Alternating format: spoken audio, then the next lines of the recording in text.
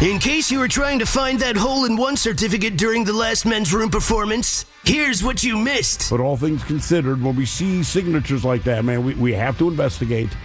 So as ridiculous as everyone thinks it is, we were quite relieved. They didn't find it funny, but they said we're quite relieved that it was a farting whale and not a Russian drone sub. Is that like a blue whale, you think?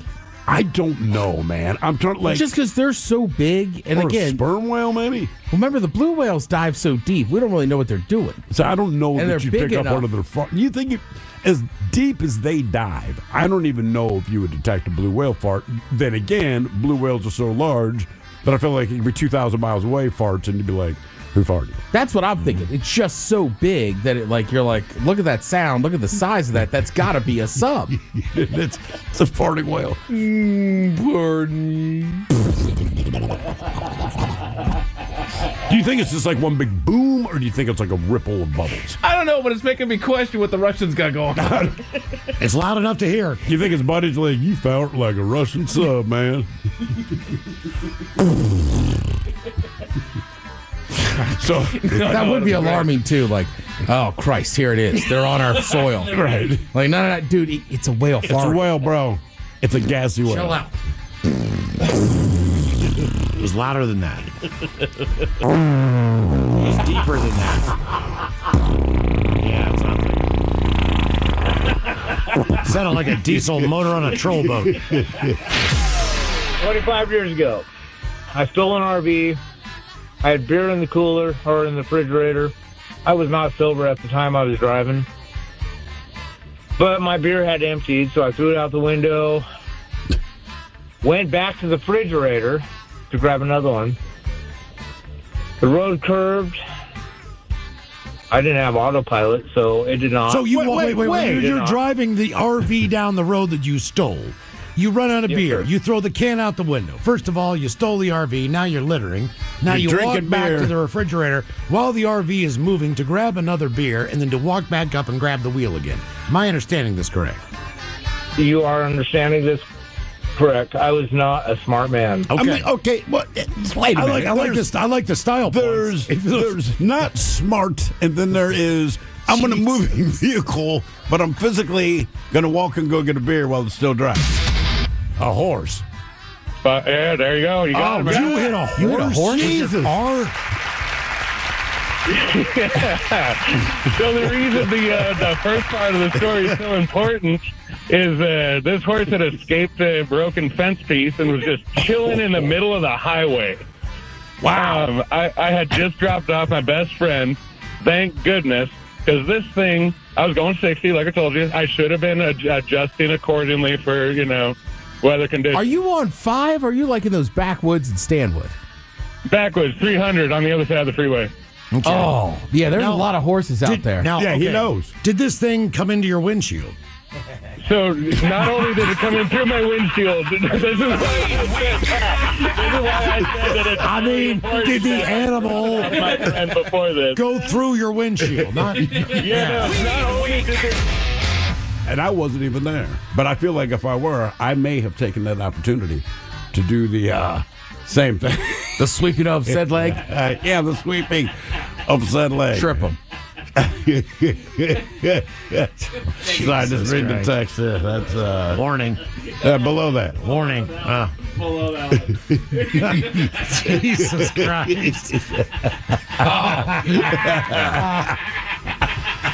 Fair shout. Oh my God! Yeah, I really wish I could read that. Yeah. Save some.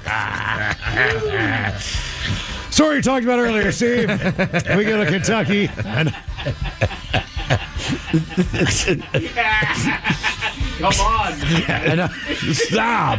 oh man. Think about the rest of it, dude. All the thoughts that went through my head, how crazy I thought the situation was. Part of me just saying, I can't believe this, but you have time to think all of this, in spite of the fact this happens lightning quick. But your perspective, and anyone that's been in a crash that remembers it, you know this. Like, it slows down. You have all these thoughts. And then I remember the car landing upside down. I mean, thinking, oh my God, this is going to hurt so bad. Because I'm just picturing like my head smashing into the roof. It didn't. Those safety harnesses in those race cars, they are for real. Absolutely wear them. And then I remember watching the windshield explode in toward me. But when I saw the windshield explode, it was kind of like the Matrix slow motion. Like I felt like you could see every individual shard kind of blow by. And then it got real quiet. The car stopped moving. And upside down, I'm just like, yes! With my hand, because like, Yes. I'm not hurt. I am not dead. Because seriously, I'm like, am I going to die?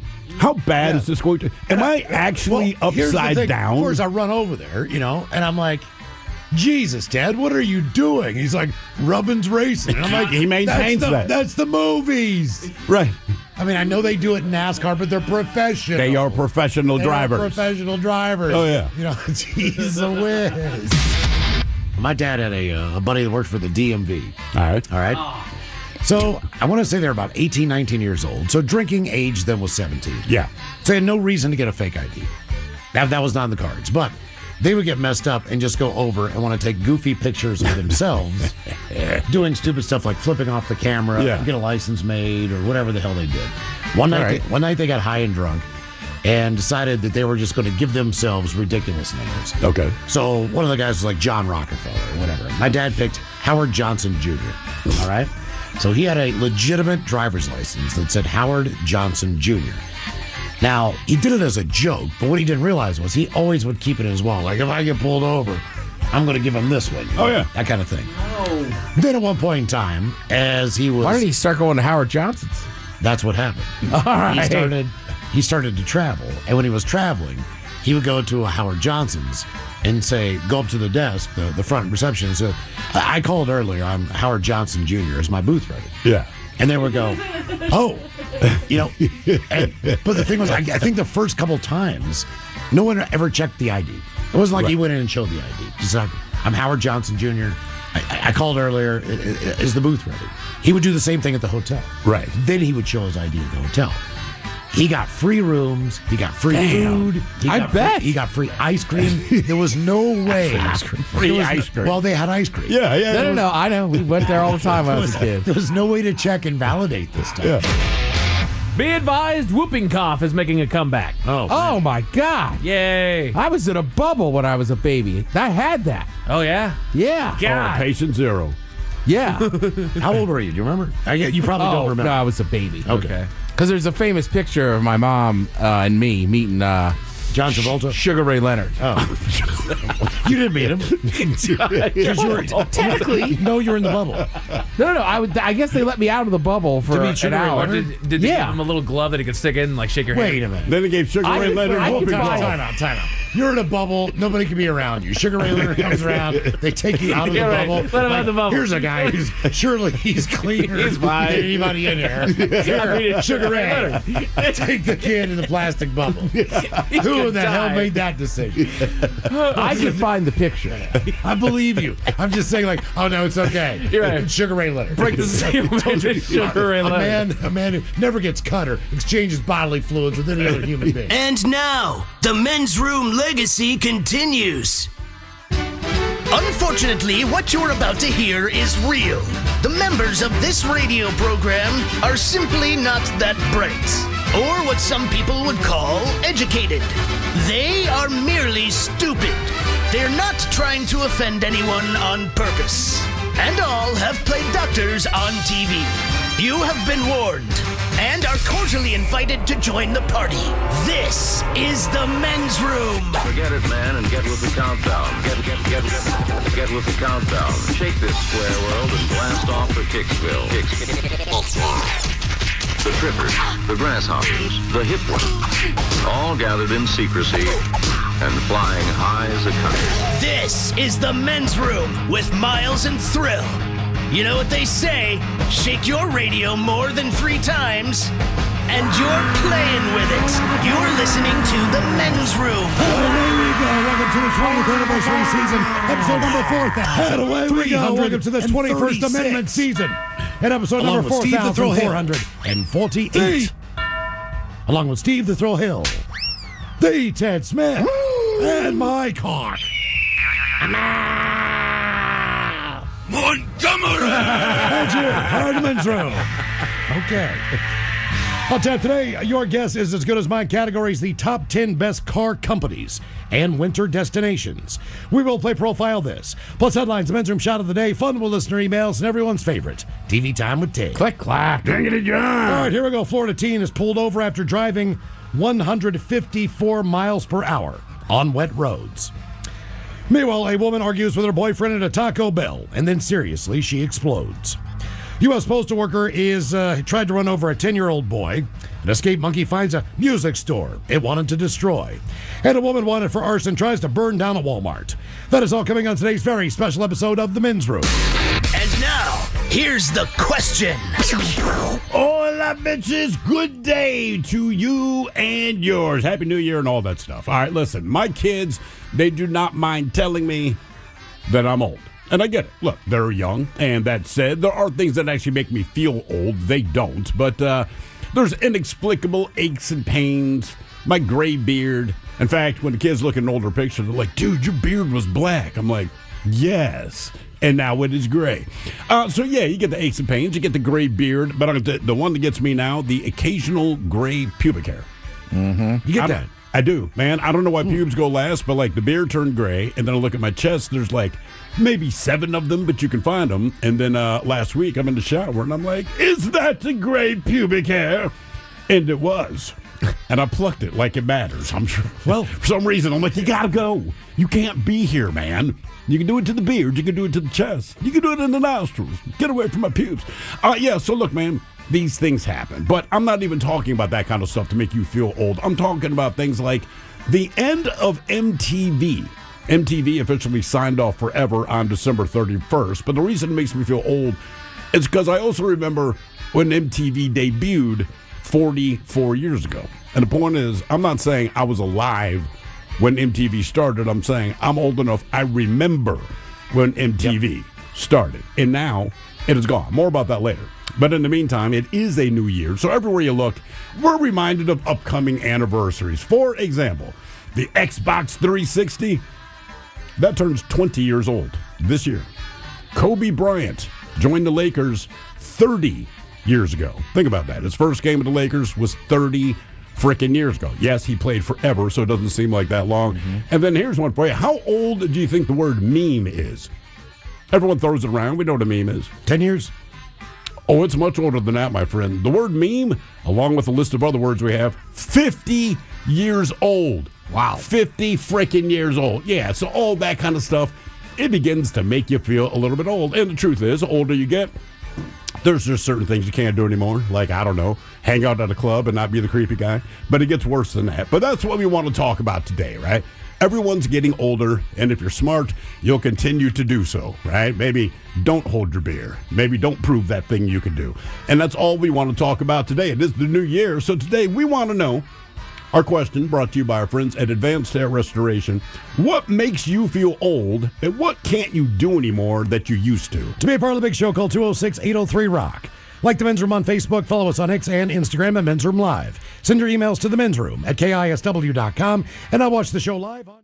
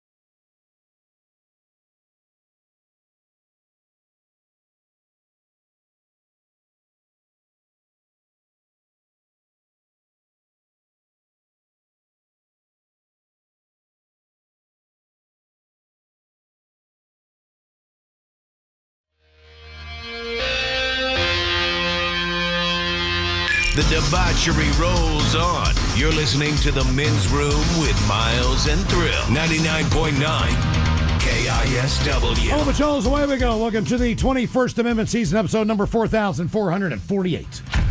What a large and in charge program we have for you today. Guaranteed future repeat. It is a brand new year.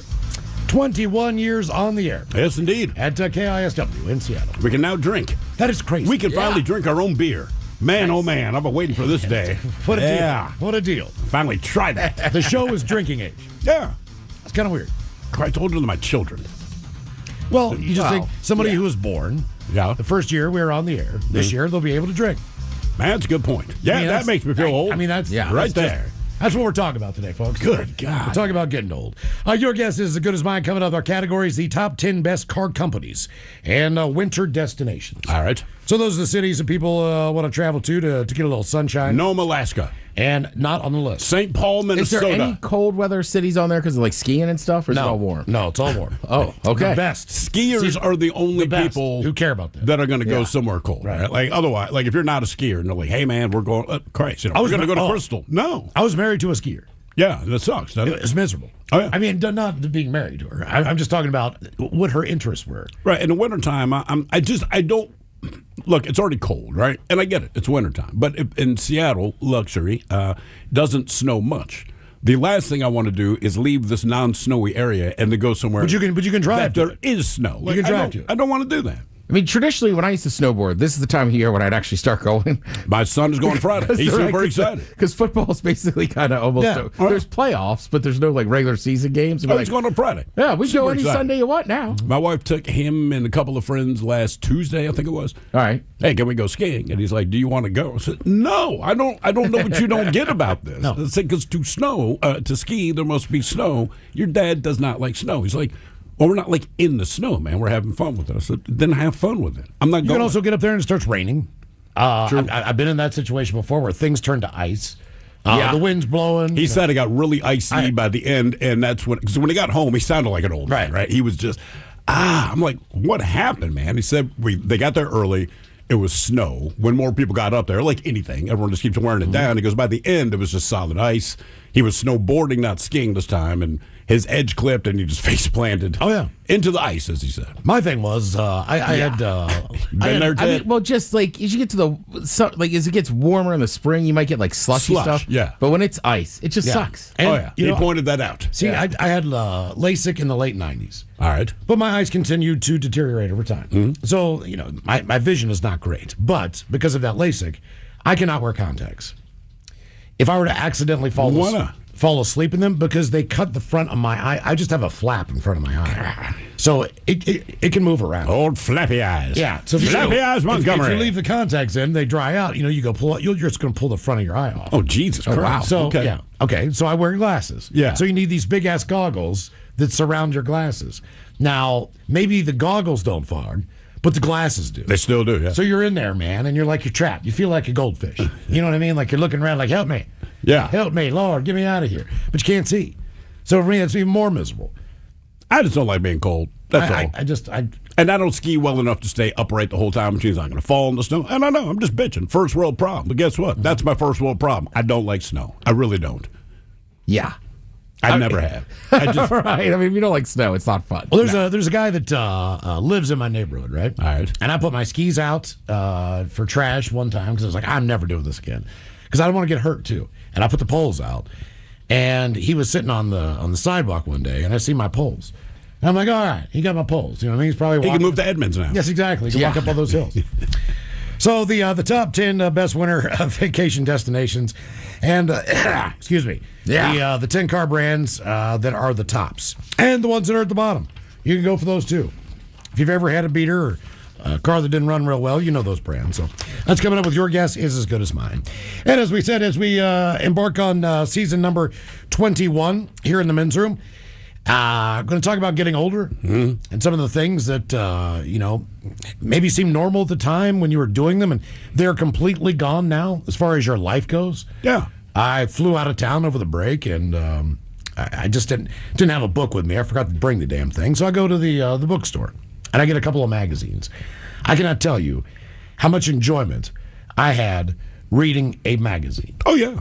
instead of being on my phone, All right. I bought a couple magazines. It's like one was a Golf Digest. Sure, Whatever. of course. But I also bought a travel magazine. And I'm just sitting there like, this is great. Even the commercial, the advertisements, I didn't care. I was reading. I'm a magazine guy. So even the but- advertisements, I will read the advertisements. But there was always a time in my life, not a good time as far as my hemorrhoids, but that I always had a magazine Always. on the back of my toilet. Mm-hmm. And I had subscriptions to magazines that I used to get. I mean, hell, I have thought about, being an old man now, I've thought about getting a Sunday paper delivered. New York Times. I have debated it. I have debated that. Because, the news you've already read. Seattle Times. That's Something. the irony of it. Just the Sunday paper. That's what the crossword puzzle. I can Yeah. flip Like the through news you already know. the food critic stuff, Right. The stuff that I can read online. I don't know, for some reason though. I'll flip through the oh look, Fred Meyer's got a sale on steaks. That's my mentality. But if I'm with the newspaper, I will finish an article online. Yeah. You scroll through, and look, you could do the same Right. thing. I could just scan through an article, but I don't. Like if it's tactile and I'm holding it in my hand, I'll read it beginning to end. And even though it's the exact same article on their website, written by the same person on the same date, I'm like, yeah, I'm just going to skim this bitch. Right? And now, like some of the way, I want to say like Yahoo does it. They'll have a headline, and I'm interested in reading the story. But then they tell you about how long it takes to read it. Yeah. And I realize I'm a 2 minutes or less. Because for some reason, on the computer, I'm in a hurry. If I have the paper, I'll take all freaking day, even though it's the exact same information. I think, too, right, like if you're holding a paper and reading it, people kind of leave you alone. That Whereas is true. You might be reading something on your phone, but like People will talk to people you. in your house, right, they're going to talk to you. Sure. No, absolutely. Even at the bar. You could be a lot of guys, I don't know what they do for a if you have your living. laptop out, I'm not going to talk to you because I'm assuming you're working. I still might, but you're working at a bar. So to me, it's kinda like, it ain't that important, right? It's a bar. You still got a beer in front of you, a couple shots. And I know there's a couple guys that work at our local watering hole.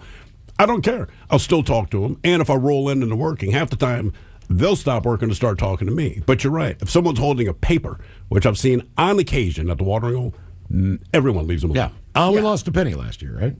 But the next announcement was, guess what's coming next? Checks. And I know it sounds stupid. I write checks every month.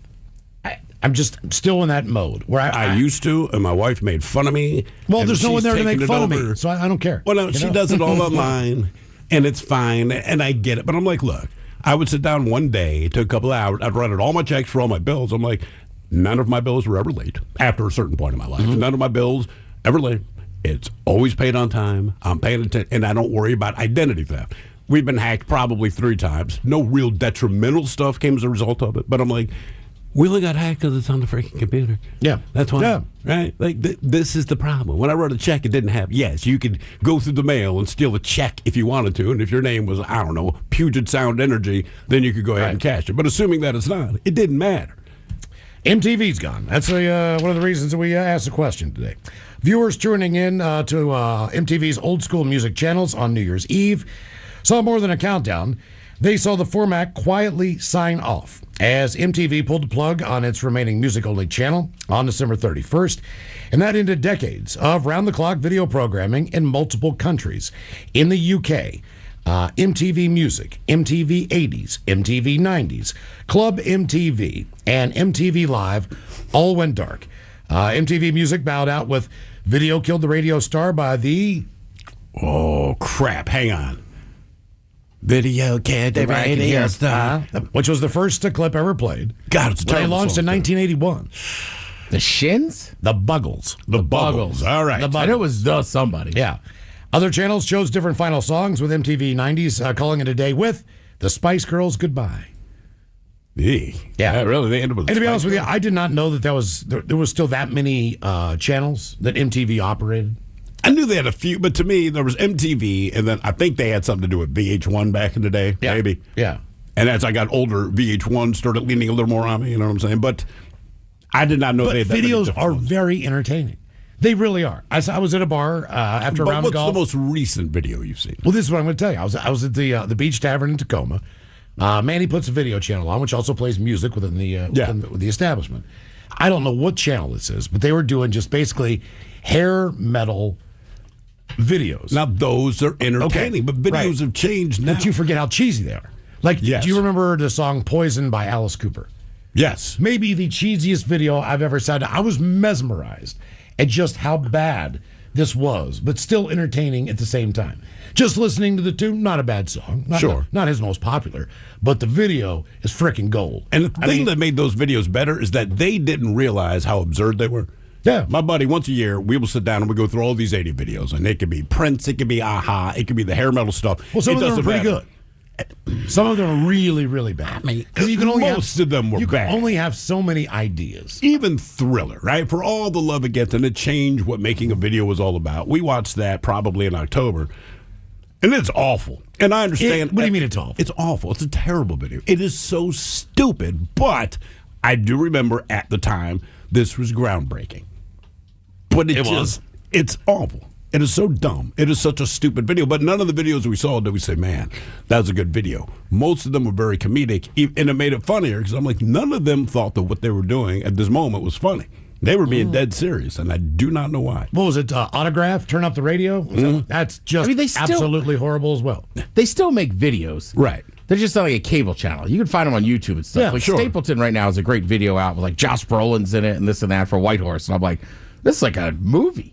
But who sees it? You know what I mean? Ultimately, does it get more views on Just YouTube. But I mean, they get so many views there. So they still spend money to make the videos. Yeah, they do. Sometimes I get annoyed when it pops on. It's like, I just want to hear the song. Now I'm watching a story with Josh Brolin as a cop and his kid. Yeah, but Josh Brolin's cool. He is. When he smokes a cig, it looks cool. All right. Who was your favorite MTV VJ? I couldn't even Carson tell. Daly. Carson Daly. Yeah, when he used to I mean, you got to keep in mind, TRL, Total Request Live, I think comes on like 99, 2000s? So, like, we would get home from high school and watch it. And then, like, I mean, that was part of the reason me and DB got into boy bands. It's just Backstreet was on there all the time. Well, there was always iconic shows that you watched, just like General Hospital, if you're into that stage. Headbangers Ball. Yo MTV Raps. There's a number of great shows that were just like, even the Tom Green show. I mean, The Real World. God, Like, as far as we think about reality TV, like The Real World was really like one of the first ones to just have actual people. We just watched them. Now, The End, Next Door. Did they not do a season based on The Real World did a season. 107.7 The End? Yeah, where they worked at the end. Oh, really? They worked at the end. Yeah, they were like interns. For an entire year. Correct. And then they lived down on the water on one of the piers. Now, was that in our... Because that's how radio pays. Was that in our waterfront Was that in our property. old building, do you think? Correct. Had to I think be. it made the spiral staircase we used to have to go down to the end. I think it kind of made it famous because they were always doing stuff on it. Huh. No idea. Yeah, I know. I was just thinking, I did not watch that season. It was only like season 3 or 4. It was pretty early on in the run. Huh. I'm finding out now. The lovely Daisy Fuentes. Oh, yeah. Jesus, I take it back. Daisy Fuentes is my favorite VJ. Yeah. I mean, for that reason, absolutely, dude. But I mean, there was a ton of them. What does it say? Kurt Loder with the MTV News. Right, MTV News, all that stuff. That was what, Martha Quinn era, I guess. She's way back. Nina Blackwood, Mark Goodman. Yeah, I don't remember them as much. Okay, all right. Sorry. But look, MTV was the 49th most watched U.S. cable network in 2025. 49. Guess who was 48? Comedy Central. Really? That kind of blows my mind. I watch a lot of Comedy Central. And Comedy Central, as far as I know, is in no danger of going anywhere. No. Right? So MTV was right behind Comedy Central. They say the flagship channel remains on air, continuing to lean on franchises like The Challenge, RuPaul's Drag Race in the UK, and in the UK they have Naked Dating UK, and Geordie Shore, apparently. Those are the big shows over there. It's like Jersey Shore. Geordie? Right, that's like a term for those like I'm trying to describe it. Swole tan dudes. Yeah, the women all have giant, fake boobs, crazy makeup. Okay, so the term's just Gordy. Yeah. Is that the town? Like Jersey Shore? I think it's the term for those kind of people. Where we would call it like douchey shore, if that were the case. Something, yeah. Okay. Right, because what's the other Douche one? Island. Yeah. Like, what's the other terms they use? There's like chavs, and then like slags. But it's all about putting on a ton of makeup. And, Slag does not sound attractive. no, there's usually, yeah. I'm sure it's an acronym that I clearly don't know. Ooh, yeah, okay. I'll lay off of that then. Our question, what makes you feel old and what can you not do anymore that you used to? 206-803-ROCK. Hello, Cheyenne. Welcome to the men's room. Duval, gentlemen. Hola. Hey, congratulations to your Jags, ma'am. Thank you, man. Thank you. It's been a great year. Yeah, they really went off. Yes, they did. We're seeing the Trevor Lawrence we thought we were going to see 5 years ago. So, Yeah, it only took 5 years. As far as yes, it has. But as far as what made me feel old, so this past weekend I was at the bar and I've got a Slipknot tattoo on my forearm, and I was talking, I was having a conversation with a lady and she was kind of tracing her finger or my tattoo with her finger, and she's like, "I see you like old metal," which definitely made me feel old. Well, okay, how long? Just Slipknot's been around, 25 years? Aren't they eligible for the Rock and Roll Hall of Fame? 27 years. 27? Yeah. God, okay, see, yeah. But that makes me feel old because in my mind, it makes sense. And looking back, yes, they've certainly been around for that long, but it doesn't feel like it at all. No, not at all. But you needed someone to mention that to you out loud, like, "Ooh, look, man." I was on the light rail, I don't know, probably 2 or 3 months ago, and it is super crowded. It's packed, and there's a guy standing next to me, and he pulls out his phone, and he says, "Is this you?" And it's holding up a picture of the show, right? He went to the website, and I'm like, "Yeah." So we started talking. This guy's about 30 years old, okay? And he's like, "Yeah, I used to listen to your show like when I was in high school, but I ended up getting like this internship. I just could not turn you guys on. But my parents love your station because you play all the old music." And he wasn't being funny. And I'm like, I did not know we were doing that. He's like, "Oh, yeah, my parents, yeah. All the old stuff." I'm like, cool. When was what the hell was it? What was that festival that was like Woodstock something else, or was it 1999? 99. There was Woodstock 94 and Woodstock 99. What was the one that Korn played where everybody went nuts? With Limp Bizkit and all that? Yeah. That's got to be 99 or like 2000. Okay, so think about that. Even bands like those. 99. They're 27 years old. Yeah, I mean, it's just from that show alone. Right. And you had to know who they were before that. So, yeah, probably in like 30 years. Our question, what makes you feel old and what can you not?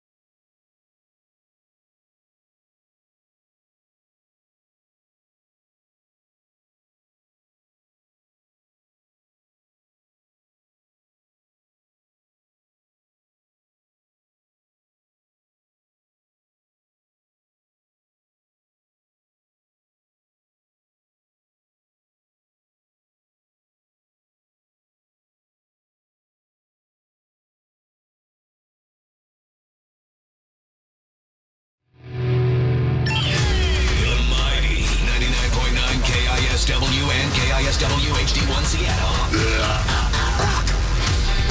Always live on the free Odyssey app.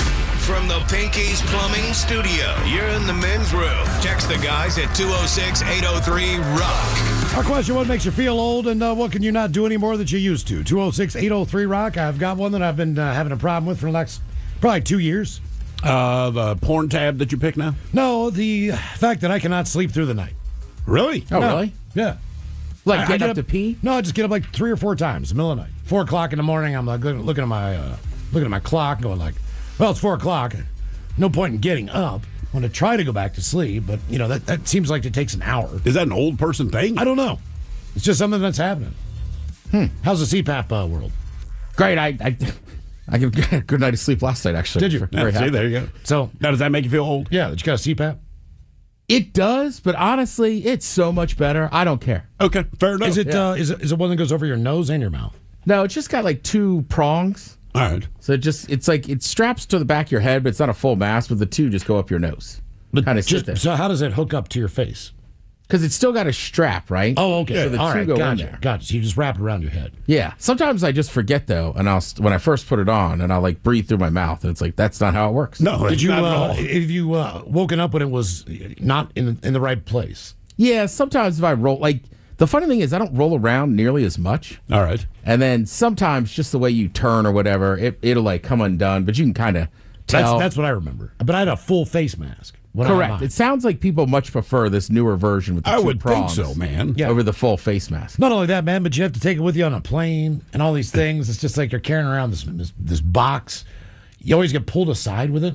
The old version, the one that I used to. Correct. Like now, like I haven't taken it on a plane yet, but it's pretty easy to pack up and take to something that big. Really? Yeah. Huh. Okay. All right. But I mean, I did it. What was I gonna say? I spent the night at a friend's house, and I had other people with me, so they had the guest room, and then I just slept in the living room, and everybody kind of slept in longer than usual. I was like, they were like, it was so quiet out here. I was like, I know. Well, CPAP. Yeah, no snoring. 25, 30 years ago, I think the extent of my, health consciousness was to take a daily vitamin. Mm-hmm. So I take a daily vitamin. Don't they kind of do nothing? What? Well, I don't know, but I can tell you this. Now, I've got this box that has every day of the week on it, and I put all my pills in there. That is an old person thing. And I know for a fact that I've got like 7 pills that I take every single day. In 25 years, I've gone from 1 pill a day to 7, 8 pills a day, 7 days a week. They're all organized in a thing. I pick them up by the day. It's just the most ridiculous. Even when I look at it and open it, I'm just thinking to myself, what happened? This is absolutely just ridiculous. I would think that has to make you feel old, because the only people I've seen, I mean, like, there might be some kid who has a condition that's 45 letters long, right? Yeah. We get it, Yeah. because No. there's a condition. And my father was in town over Christmas, and there's nothing wrong with him. He's just in his 80s, right? That's the beginning and end of the whole thing. But the first thing he was looking for, when they were kind of unpacking, I hear him yelling to my mom, "Where's the bag with my pills?" Like, that was the single most important thing. And then I went into the guest bathroom at one point, and it's up on the counter, and I realized same kind of thing. It is Sunday through Saturday, and each little thing has different colored pills. I have in there. one It's too. like, gee, how many things could possibly? Well, my be going dad's wrong got a with you? tackle box. Now he's in his 70s, but I mean the amount of pills you see him put out on the counter, it's astonishing.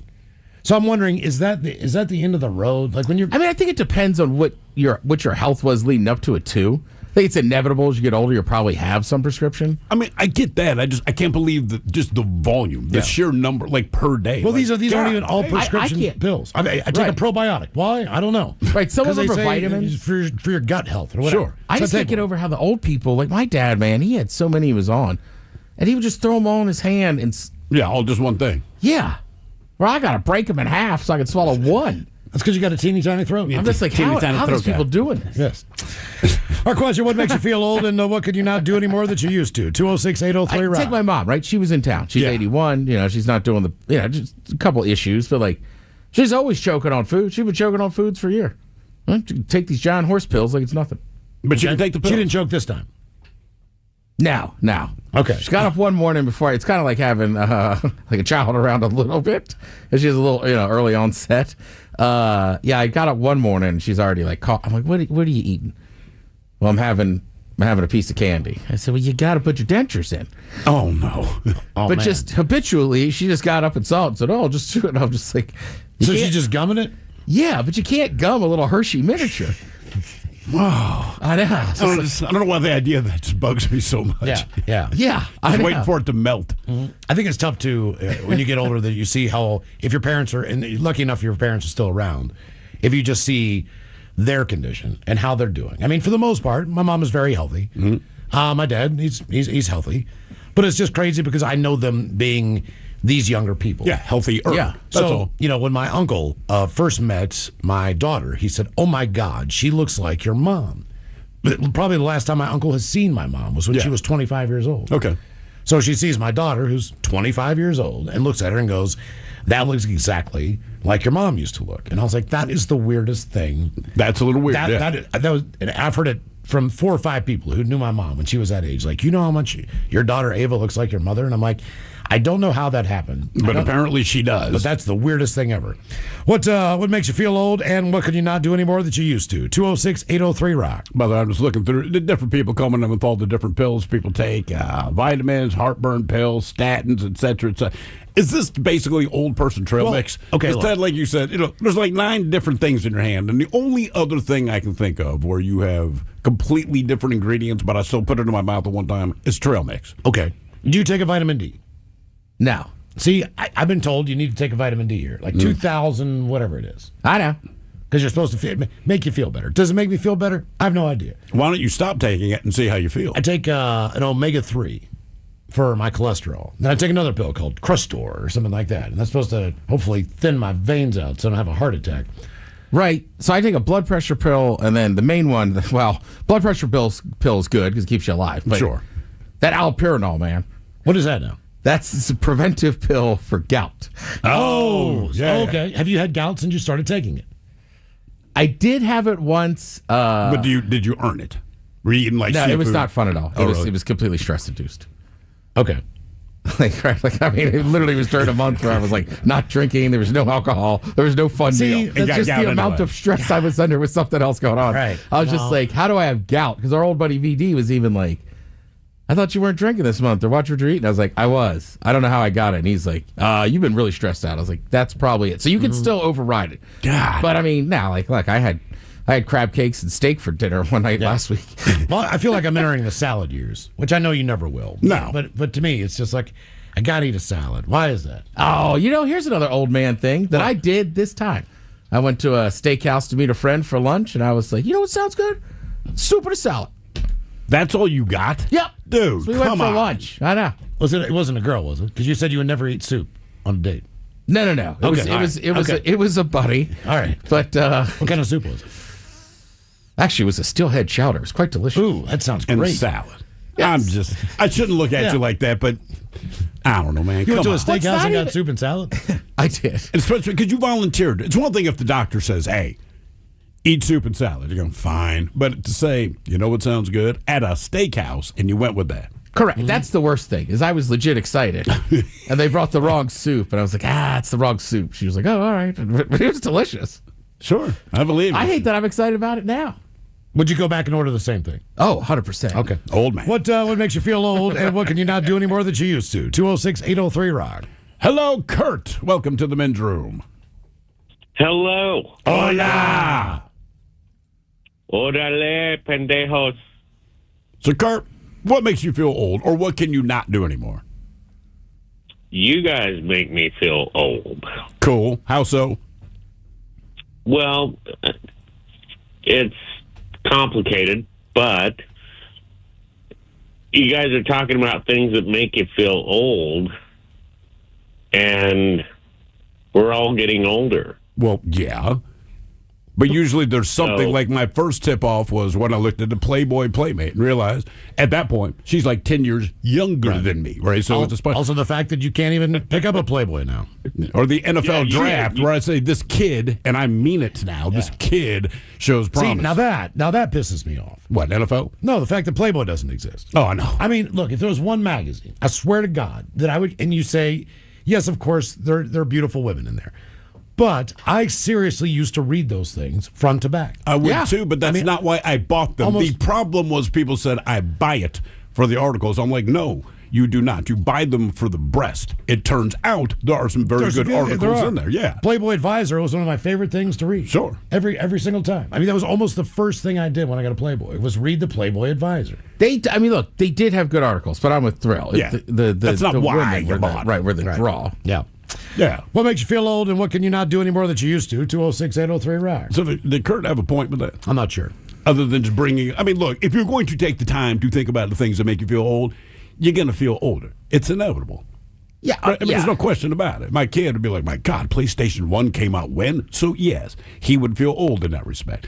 If he has to hang out with the kindergartners at a school, yes, he's going to feel old. But we're saying in general, not us bringing it up. Just those little observations that you make during the day. If you're bitching about how loud the kids are down the street, I try not to. God, I try not to, but in my head, I'm like, they need to shut the F up. I get pissed if kids are just kind of walking through the yard. It's not that the of the world. Yeah, it's I just don't care about that. Why come to the yard, man? I care if adults are in my yard. You know, like I wake up and I'm like, hey, buddy, wake up. You got to go. Well, yeah, it's a different scenario in Fremont for sure. But, yeah. What makes you feel old, and what can you not do anymore that you used to? 206-803-ROCK. It's tougher in the summer because my building has a pool. Yeah. So I'm assuming they're, I don't know. I can't tell how old they are, but they're obviously either late teens or like early 20s. Okay. But man, they go out there on Sundays. And again, I don't really mind any other day of the week, but like in the summertime, the sun's out till whatever. Sure. So they're just loud. And it's loud till like 10 o'clock at night. Even I'm like, have you said anything yet? No. I refuse to. But you want to. But you won't go to the pool either, will you? No, I've been to the pool. Have you? Yeah. Okay, just not when they're there. Generally, no. Okay. I don't want to be the only like.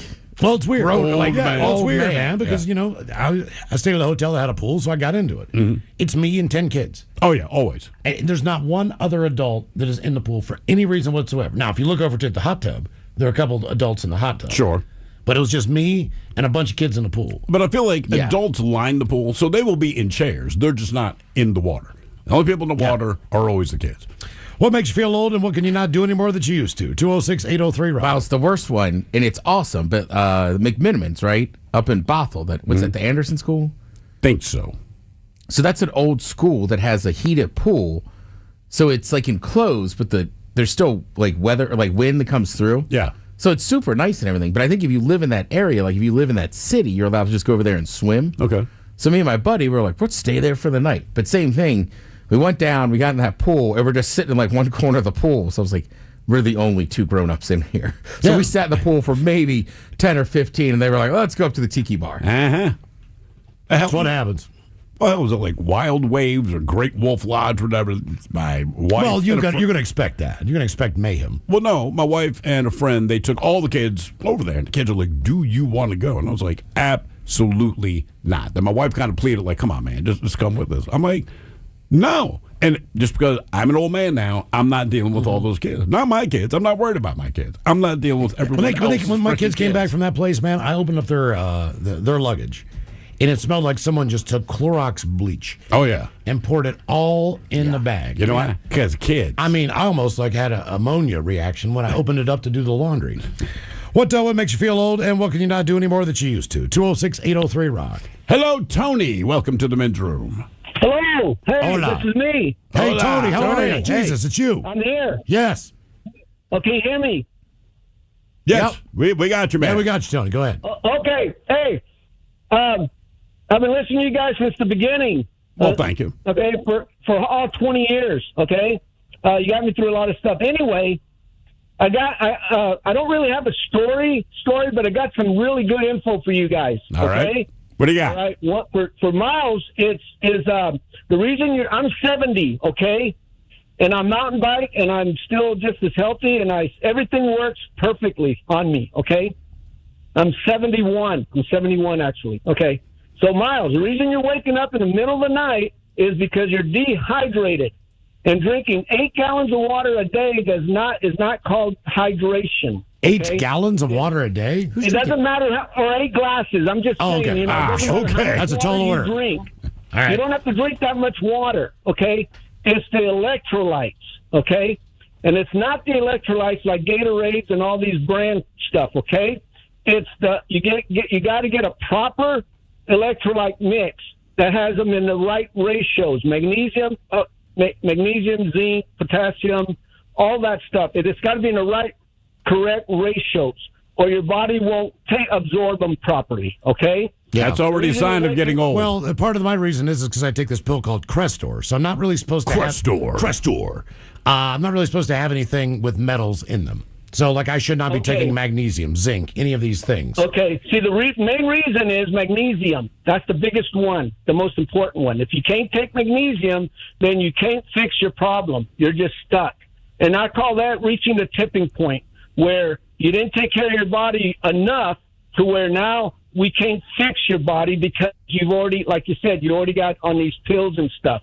It's like having a heart attack. Well, now you're never going to be able to run a marathon ever again, or mountain bike, or do something strenuous ever again. Yeah, that's good news. Here's that is good news. So I don't want to do a marathon or a half marathon. But now you don't have to. I'll do a 5K. You still got to sleep right. You still want to get your sleep. Oh, no, I know. I mean, he's got a point. That besides the CPAP, I've added an electrolyte drink every morning. Do you? Yeah. You're not hydrated properly, and your body's waking you up in the middle of the night because that's when it heals itself, and it doesn't have the chemicals and the minerals and the vitamins and all those supplements for it to heal itself with. So it's waking you up and telling you, I need water and I need nutrition now. Now, have you always been healthy, or is this something you discovered as you got older? I have never, ever taken a prescription drug. I never get sick. I've never taken a sick leave. I've burned through my sick leave, yes, because I'd go on a beautiful day up here like today. It's super nice and warm. I always took the day after New Year's Day off before coming back to work. I worked at Boeing, so we had those 2 weeks off like we do, the shutdown. And I'd always add that extra day. And I always add a sick day extra on the holidays, like July the 4th or Thanksgiving. I'll take off Monday, that following Monday off on sick leave. That's how I use my sick, or my birthday. I always called in sick on my birthday. Sense. You see what I mean? Yeah. I've never been sick. I don't catch colds. I didn't get COVID. I didn't do anything. Okay, I'm super healthy because I've always taken care of my body from young age. And guess what? At 71, I'm still totally 100% functional. I know this is going to sound bad, but if you got hit by the bus on your bike, I would kind of laugh. I mean, I know how that sounds. I don't ride on the streets. It's like I fell off a cliff out in the woods. Okay. Yeah, I would. But see, a mountain lion's going to be like, that is a healthy human specimen right there. Yeah, but you know what, though, you guys? Okay, number one is, oh, God, there's so much. Anyway, let's move on from that because it's like that. I want to tell you something, Hill. The one thing you said a long time ago about like Jimi Hendrix took All Along the Watchtower, and that was a Bob Dylan song. Yeah. And you said there's a black man just took a white man's song and made it better. Okay? Mm-hmm. That's true. Yes, that's true. But white guys have taken black men's music and made it way better by 1 billion to 1. I believe it. Elvis Presley's entire career is based on that. Yes. Led Zeppelin. Yeah, no kidding, man. That's like, Rolling Stones. Yes. Early rock music. Yes. Who would have thunk it? Yes, that is the history of music, though. And the thing about it, the darn you know what the darn shame of it is, dude? You know what the darn shame of that is? What is the darn shame? The darn shame is it's not black Americans that did it or white Americans that did it. It's the British people that did it. That is correct. Yeah. That is the darn shame of it all. That they took it and why did Americans do it? I don't know. Yeah. This wasn't our scene at the time. Brits. I know. Darn Brits. Golly. What makes you feel old, and what can you not do anymore that you used to? 206.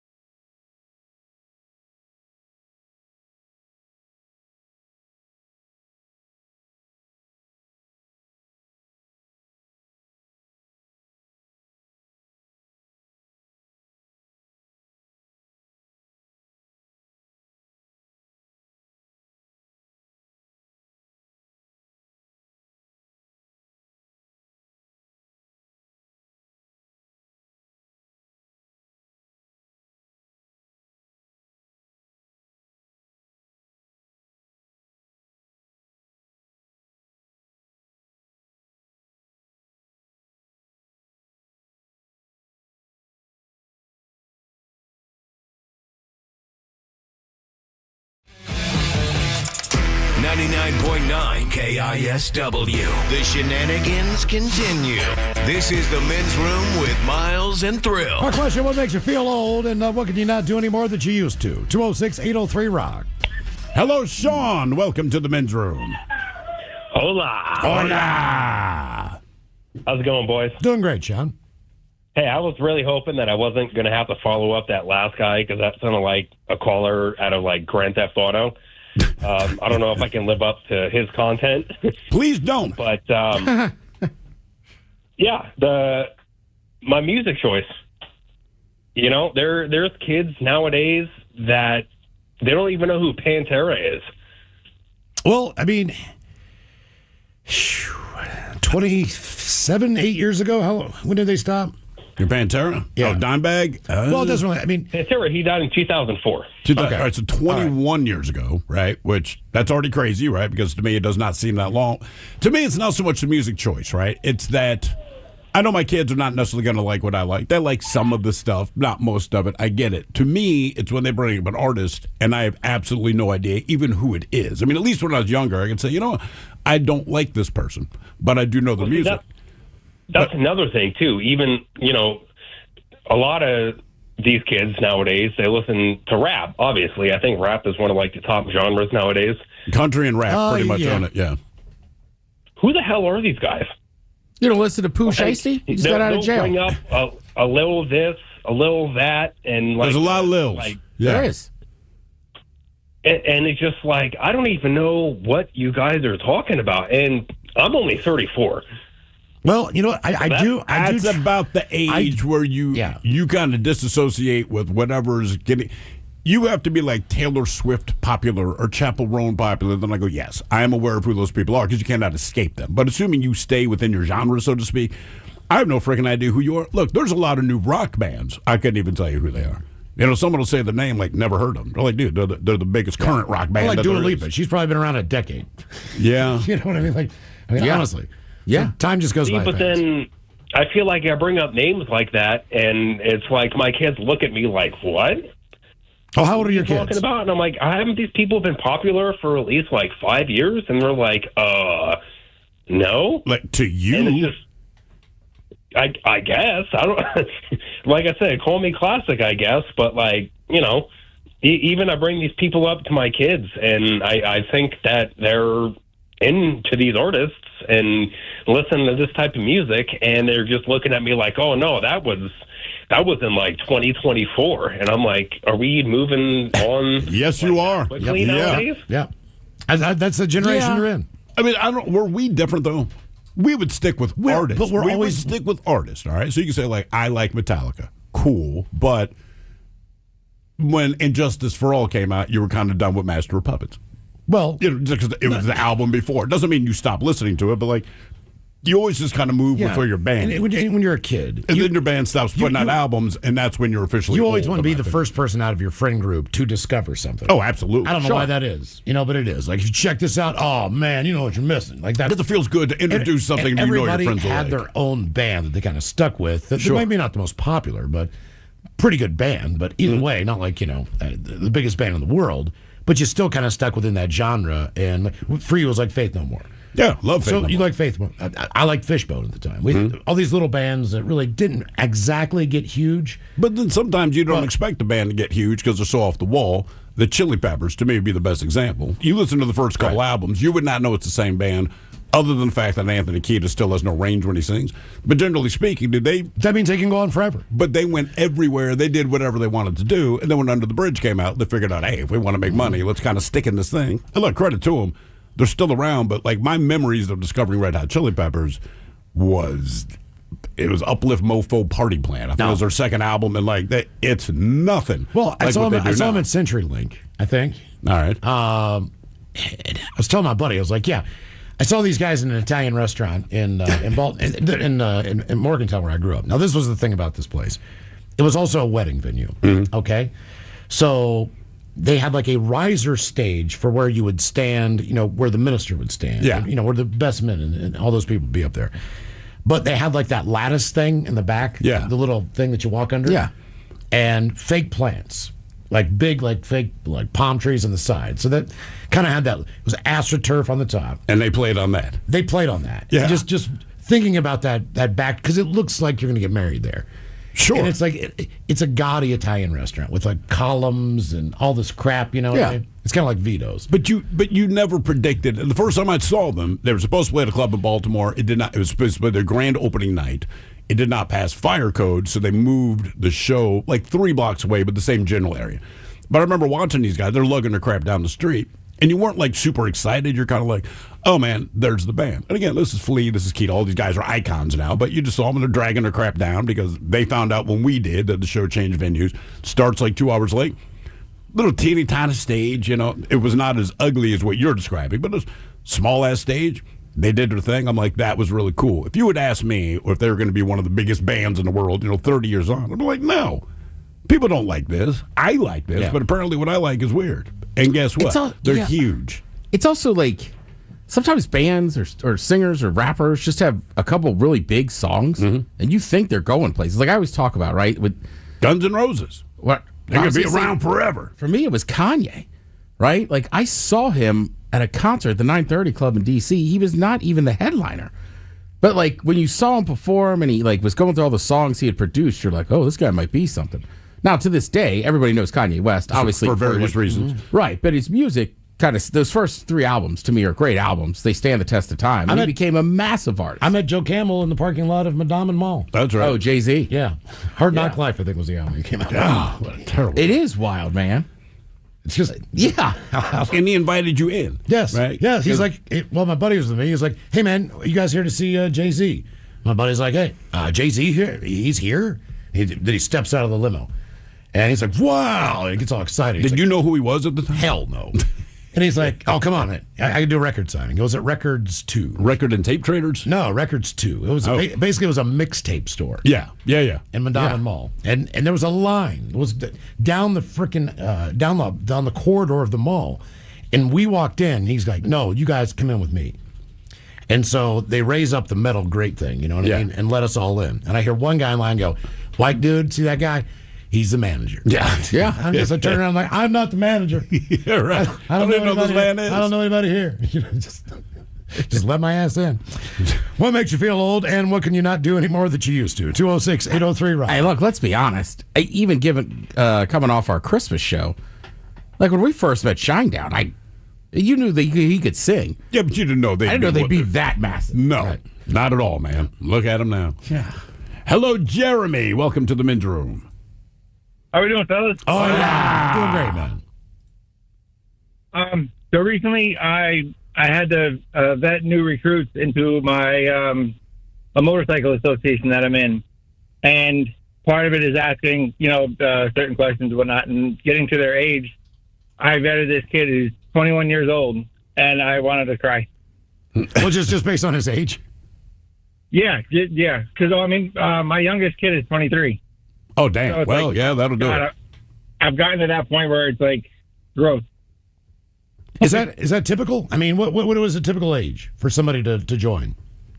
Well, I guess it depends on the association or the club that they're joining. Okay. But my club is veterans and military. Oh, wow. So it's open to all ages. So, a lot of these guys, some of these guys are active duty, and we have a lot of mostly veterans, but we got a bunch of active duty, and they're a bunch of young kids. And how old were you when you joined? A year ago. Oh, just 1 year ago. Okay. All right.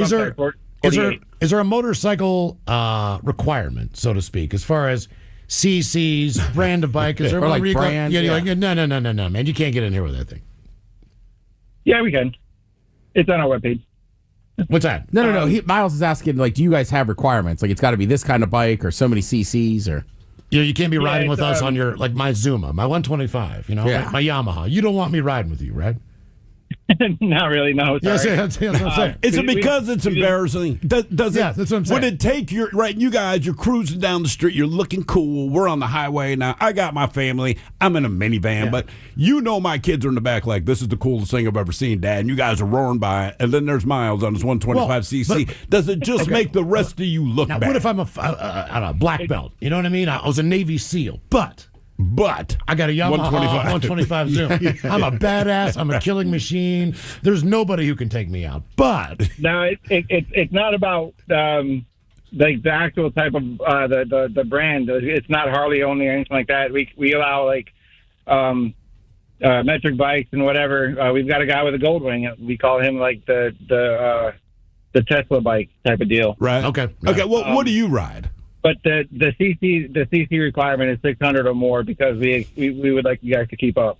Yeah, that makes sense. Yeah. No, you wouldn't. I See, have a- here's the other side of that, right? Because now you got Miles on his 125. I'll just draft him behind. The best thing you've got is that you can leave his ass behind. See, you're not thinking this through. Like you want to leave him behind at that point. Like guys, all right, let's rev it Yeah, up. but I'm wearing my jacket everywhere. I mean, if he wants, he can join a scooter crew. There you Well, go. they're out there. They are soldiers of destiny. But yeah, All right. I just didn't know.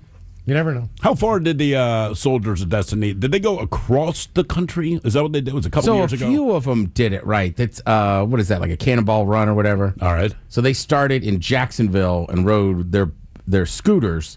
So you can't take highways. Right. So you basically just have to take back roads and stuff. And they went right. They went from Jacksonville all the way to Mukilteo Damn. So was that similar to the actual is that the Cannonball? for scooters. It is. For scooters, Correct. sure. Because that movie came out when we were younger. I'm telling you, as a brother, back roads don't appeal to me. I'm like, you want to stick to the highway, man, depending where you're at. And how long did it take him? I think it was 2 weeks. That's not bad. That's not terrible. All No, things but I mean, considered. like, there's stuff they had to do that I didn't even think about, right? Like, they had to wear, like quarterbacks, you got to wear like that rib protector and stuff. Yeah. Just because they're on those things for so long, and it kind of rattles enough that it'll shake up your insides and everything. No Jeez, way. man. So you got to wear a flap jacket? Essentially? Yeah, basically, yeah. And then Yeah. that's what they were like. Georgia is the worst state ever. Why? What was it? Why? Well, because like most people you think of Atlanta, but outside of Atlanta, Georgia is rural and hot. And they just Yes, it basically they started out, and after like days 2 and 3, they were all completely sunburned. They were like, it was miserable. Yeah, and they're coming from Jacksonville, right? So they're right at the border. And to be honest with you, Mississippi and Alabama are almost just decoys of those. So if you were to come that way, I mean, Yeah. they're just It long. doesn't matter. Yeah. You're in the middle of nowhere. Our question, what makes you feel old and what could you not do anymore that you used to? Half a century ago, couch potato was a brand new term. So these are words that you use all the time that just turned 50 years old. So I wondered if couch potatoes, you think 50 years ago, all right, that's when television really, really got going. Yeah. Kind of as we know television to be now as far as the networks go. Right, so we're They talking like kinda- what, mid-70s? Right, so it kind of makes sense that couch potato, because that's the first time, like people used to sit there and stare at the radio, but they would still get up and do other things because you were listening, right? You can do other things. And then TV came out, and the big controversy was, man, you're just going to have people just plant their ass in front of a television set and do nothing, which proved to be true, but I'm guessing that's why couch potato became the term then. They say his mental floss reports 1976 appears to have been a surprisingly fertile year for the English language. Oh, yeah. All right. With terms emerging that now feel utterly ordinary. They round up 20 words and expressions that are turning 50 this year, with Reader's Digest and Slacker flagging some other now popular words as well. So here are 15 that stood out. The first one, 800-pound gorilla. I hear it on occasion. I don't hear it much anymore. Well, I don't either. And what was how would you use that?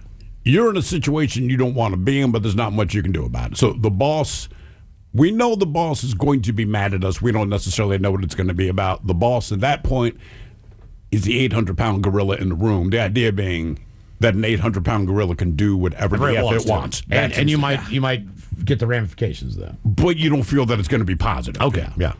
Correct. You know it's in there. Yeah. This is a word I don't use very often, athleisure. I don't use it because that's a pretentious, stupid word, but I know what it is, and I would not think that it's 50 years old. Either way, I didn't hear that word till, man, I want to say like 10 or 12 years ago. Did sweatsuits start becoming big? Maybe in the... Is that what that means? It's apparel? It is Correct. apparel, right? So, So, if you're wearing like a nice track So like this, suit, what I wear? yeah, Athleisure. It could be casual. You can wear it at work. That would be athleisure. Correct, especially nowadays, right? Because there's sweatpants that are Everything, yeah. tapered and everything. So I Is know Lululemon considered athleisure? that would be athleisure. Okay. Like I know 2 girls that work for a brand for Nordstrom. That's all they make, and I had never, Athleisure? yeah, and I had never heard that term until they explained it to me. I was like, oh, yeah. Okay. Body piercing. How is that just 50 years old? I guess. Does that mean maybe no that's one when it else? No, started? no one got a nose ring or a belly button? I would think pierced or before that, though, it was eyebrow? probably mostly a piercing or something. a piercing, and body stuff was generally like certain areas. Yeah. Right? Like certain, I don't know. It groups. wasn't mainstream. Was it? Thank you. So somebody probably opened a tattoo studio, offered that service, and had to come up with the term to explain to people what else they do. Other words, it just turned 50. Crunch time. Okay. That can be used in a lot of different ways. Work, sports. You think it came from sports? I'm guessing it came from sports. It definitely sounds like something that John Madden would say. That's what I'm thinking. I just picture right. Some broadcast. Crunch time for the Broncos. Digital camera. Something that everyone used to have. No one has anymore. Did they come out 50 years ago? Yes. Jesus. Well, just as far as like the little pocket ones. You know, the ones that you could just carry around that didn't require all the gear and the lenses and all those things. But in 1976, I mean, I was alive. I don't. Everyone I knew still used film. I remember those, but I feel like that was years later. Maybe I'm wrong. It took a little while to transfer from, just original film. But exit poll, another 50-year-old word. Well, that makes sense. In 1976, you had a presidential election. Television covered it different. French press. Oh, for making your coffee? Yeah, but how could that? Does that mean that the actual French press is 50 years old? Or maybe that's just when people started buying them and using them over here. Maybe that's what it is. Yeah. I think probably in France they're like, yeah, we call it our coffee maker.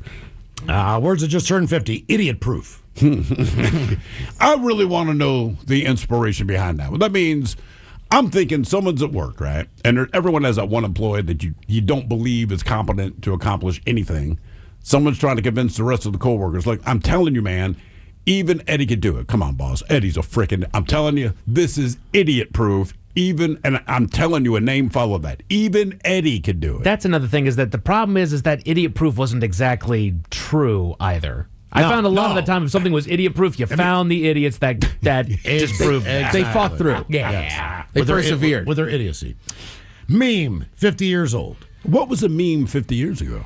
That's one. I mean, I know what it is now, right? But it's all social content. It's digital. I mean, would Uncle Sam Wants You? Would that be a meme of some kind? Like I get it was maybe. It was a Like recruitment thing, but it's like the crying Native American, when somebody litters. If you had a poster, though, because a meme is stationary generally. By the way, the guy was Italian. I know. He was, seriously. Skeevy. Oh, Haven't heard Skeevy in a while. your littering is making me sad. How? Skill set: trail mix, wannabe, and wuss. Wuss? Wuss. Wuss is 50 years old. Oh, that's wuss. 50-year-old wuss right there. Yeah. The Italian guy. Oh. What makes you feel old and what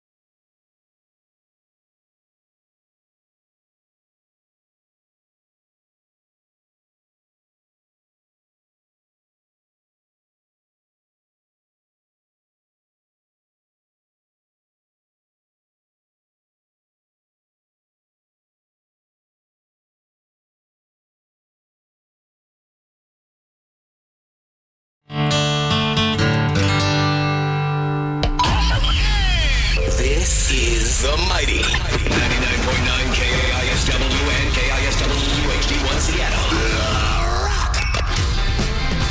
Always live on the free Odyssey app. Text the guys at 206-803-ROCK from the Pinkies Plumbing Studio. You're in the men's room. Live night, Yalty and Naughty, Snoqualmie Casino and Hotel, Friday night, February the 13th. Tickets on sale now, KISW.com. I know what you're thinking. You guys do a live show every day, and to some extent we do. Well, yeah. But our support, as far as everything else that goes on, Sound effect. yeah, Sound effect. that's all from a computer. I actually slapped Ted. Music we play from a computer. All the commercials come out of a computer. They're pre-recorded. Yeah. Every single thing that you hear, other than when we are on the air, there's some other element involved. The music playing in the background right now. Yeah. It's pre-recorded. Right. The sound effects that you're hitting off that little box you got there, all right? On live night, they've got what they call a Foley artist. I actually just shot Ted, yeah. Yes. A Foley artist is someone who creates sound with different various things. Could be anything from a saw blade that's being wiggled to that was chimes. typically what Thunder, I believe they did the saw blade to do Thunder. Yeah. The crazy thing about a Foley, put it this way: if you watch something old like Looney Tunes, right? You watch Bugs Bunny and there's all these sound effects. Typically, that was Foley art. They created all human beings that just had a table full of random crap. I mean, like you said, a saw blade, a slinky, a hammer with a rubber balloon, and for whatever reason, they could kind of create the sounds that you're looking for. I was watching a Star Wars documentary. It's just some of the crazy stuff that you're like, that is the sound. Oh, yeah. That came out of Chewie or whatever the deal was. Like how they try to replicate this. Foley artists to be on stage. Have you ever doing all seen this Chewie, stuff by the way, before they put the sound effect in? No. He actually says his lines to Han Solo. Oh, really? He doesn't do it in his So like regular... David Prowse would do the same thing instead of David Prowse spoke like this, even though he's playing Darth Vader, which always cracks me up. So, Luke, I'm your father. Right. Spoiler alert. And then they would dub him over with someone that sounded serious. But the guy that played Chewie, you know, whatever he was supposedly saying to Han Solo, I just saw this one clip, and I can't get it out of my head.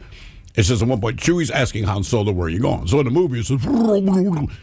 And Han says, like, I'll be back in 10 minutes or something like that. When they show the unedited clip, guy's dressed like Chewie, and he looks at him, same scene, but you hear him say, where are you going? Like that. And I'm like, God, that's weird. Daily Mix Show is totally live. We are totally live as well. And as we said, not only the sound effects, but all the commercials, those all involve live reads. This is how radio used to be done. Yeah. Believe it or not, back in the day. And a challenge to the band. As yacht rock, although people consider it, a token genre, so to speak, of just cheesiness, those are hard songs to play. And they were great musicians. Yeah, exactly. So that's what you find out. Yeah. All the voices you hear, all the sound effects, all the laughs, you'll be a part of the show. So hopefully you can join us. Live night, Yalty and Naughty at the Snoqualmie Casino and Hotel. With the addition of the hotel, keep in mind that's a Friday night. You can go up there and be smart and hang out and have a good time with us. So hopefully we'll see you up there. KISW. I'm debating it, man. I keep going back and forth. Getting a hotel room? Getting a hotel room. Because I'm like, if I get the hotel room, right, you wake up, it's Valentine's Day, me and my wife, you kind of wake up into it, and, I'd get it I'm now. just saying a good morning hookup. Yeah, absolutely. Those tickets are on sale now, KISW.com. Other question, what makes you feel old, and what can you not do anymore that you used to do? 206-803-ROCK. You know what I used to do that I can't do anymore? So I used to be a big jaywalker, right? I wouldn't try to cut off traffic, but you just jog across the street if you knew the car was far enough away. The way my ankles are now, I'm like, I will wait. Is it just it sucks, is it pain? Yeah. You know what I mean? It used to be you just sprint across the street, no big deal, right? It took 5 seconds, problem solved. Now I'm like, my right ankle kind of hurts, man. Well, I don't know. The idea of really having to run. And I'm saying, like, in the event... I will miss the bus. I will miss the plane. Something bad happened, and you needed to run. That's going to suck. The last time I ran... I can slowly jog into it. I can jog. Yeah. But the last really time I ran, I had to get off. I had gotten a very desperate text from my daughter. It just said, help. And my wife and I are in the car on I-5. We're headed home, but we're still, 10 minutes away. So we're calling her, we're texting her, because it just says help. It is your kid. It's probably like 6 years ago now, right? So she'd have been, about 9 years old. I'm freaking the F out. We get to our exit, but the way they're doing construction, we had to go around the block, blah, blah, blah. I jumped out there and sprinted home. And look, I'm in no condition to sprint as far as I did, but when it's your kid, amazing things happen, all right? I go running in the house. I scream for her. She's like, oh, hi, Dad. I'm like, what the F, man? You sent me this thing that said help. She's like, oh, I needed help opening the Oreos. Oh, my God. I almost beat her to death there. She's looking at me because I'm like hyperventilating. 1, out of panic. 2, I'm out of breath. Then I could feel my muscles tightening up. But because I was desperate and I thought I had to save my child from some atrocity that I was not aware of, I ran much farther than I would ever run for any other reason. And I got there. And again, I explained to her, maybe don't text help. Yeah. Just that single and if word. You see, open Oreos. And also, give me a follow-up text like, hey, I'm fine, man. I just get... And by the way, she managed to get the Oreos open. When I got home, she was actively eating Oreos. When you see someone running for absolutely no reason, you can tell when someone is exercising. It's a different when someone is running at a sprint for no reason whatsoever. I was running full tilt, and I could see people looking at me. It was rush hour What's time. going on? So what is going on? Right. Who is he running from, or where is he running to? I think they're waiting to see if police were in pursuit. They weren't, right? So obviously it's an emergency. But, I mean, I hauled ass, man. What makes you feel old, and what can you not do anymore that you used to? 206-803-ROCK. You're right, though. Like if you're just on a city street and all of a sudden you see 5 people sprinting by you. Sprinting? Yeah, I'd be like, what is going on? Yeah, I'm going to hang out here. You assume they're up to no good. Because you're just going to end up going like, they went that way. Yeah, you're kind of waiting for the cops to Or there's something bad behind them. Yeah. Yeah, but it depends how many people are running. Like if we went down to the street now, we're downtown. If the 4 of us, if we came running around the corner at a full sprint and kept looking behind us, what percent of people on the street do you think would just follow suit? Matter of fact, right? If we keep looking behind us like something bad. Yeah. You know, to scream, run. I wonder how many people end up running with it. Yeah, we're just messing with I'm trying to think the last time that I actually really sprinted. And I'm telling you, it's probably... It had to be an emergency. No, it was probably when I was playing football. Because you had to run a 40. How long ago was that? That was... I mean, come on, man. That's what I'm saying. God, I sprinted when we played foul balls. That was. Well, not really. I mean, I'm not giving it 100%. Right. You know what I'm saying? I might be swinging as hard as I can. But the running part's But the running part's like, well, if I'm out, I'm out. No big deal, you know? Because I remember, man, it was a pop fly, and I took a step back, and I realized I had to take a run forward. And so I started to sprint. Next thing I know, like, pretty sure I just pulled quads. Just pulled a hammy or something. What makes you feel old, and what can you not do anymore that you used to? 206-803-ROCK. Hello, Steve. Welcome to the men's room. How you doing? Hola. Hey. How's everything going, guys? We're doing good, Steve. How are you? Pretty good. Stephen Lucas from Lake City. Okay. All right. Here we go. What makes you feel old? Well, concerts. The price of them. But what we used to do is we would just walk right in or sneak in. Sure. Sure. Well, when you're young. Tell you one of them, or well, sure. I'm gonna tell you some of them. We'll start with one. We'll see where we go. All right. Well, Rush came to town. I had the Coliseum back then, and I had tickets with a friend of mine. We're standing in line. My little brother, with a half a case of beer, and his buddies ran right up to the glass, right up to the doors there, pounded on it. Someone opened it up, and they walked in. And I was like, wow. When I got in, I walked through all the people, and I saw my little brother up there drinking beer. And I walked up to him, and he goes, you got to have a beer. And I said, why? Because everybody around me is trying to get one of them. And I went, okay. So I sat up there and drank beers with them and enjoyed the concert. Yeah, those are different times. That's one of the reasons why things have changed now. What do you mean? Well, if you wanted to get into a show or you wanted to get into a sporting event, you had a ticket stub. And it used to be that you could enter and leave. If you just have the stub in your hand. So, you go in there with 4 guys. You get their stubs. You go outside. You smoke a cigarette. Do whatever you do. You got 3 more buddies there. You hand them their stubs. And you go in and you guys got to find your own seat. Sure, but you can get them in the door. But you can get them in the door.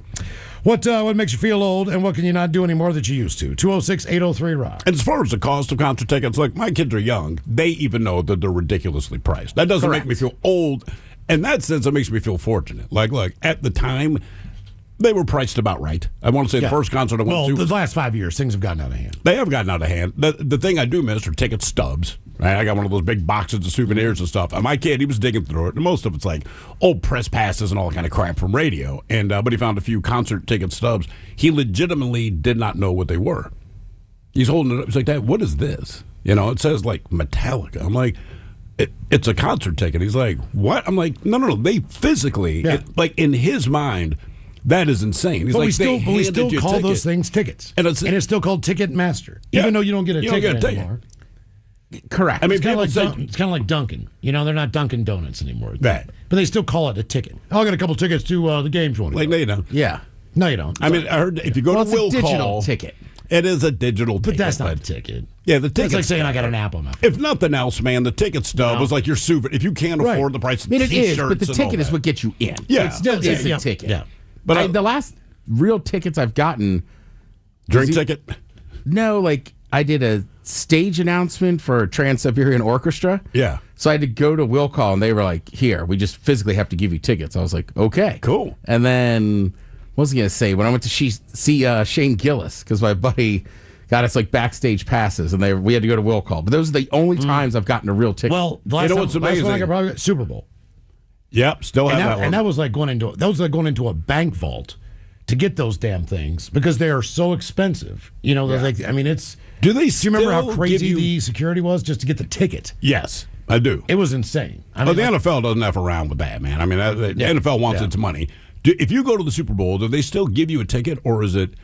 Because, look, man, the Super Bowl, it's a once-a-year annual thing. But you need that ticket if you go to a Super Bowl because you need that as a souvenir. But that's what I mean. Like, I don't want the app for it. Like, look, obviously I want to get into the game, but a Super Bowl ticket, just the stub, and even those tickets were printed different where they tore it still didn't look perforated. What they hand you back basically looks like a certificate to prove, right, that you're at the game. And my son found that mind-blowing, and I said, when the Ravens go back,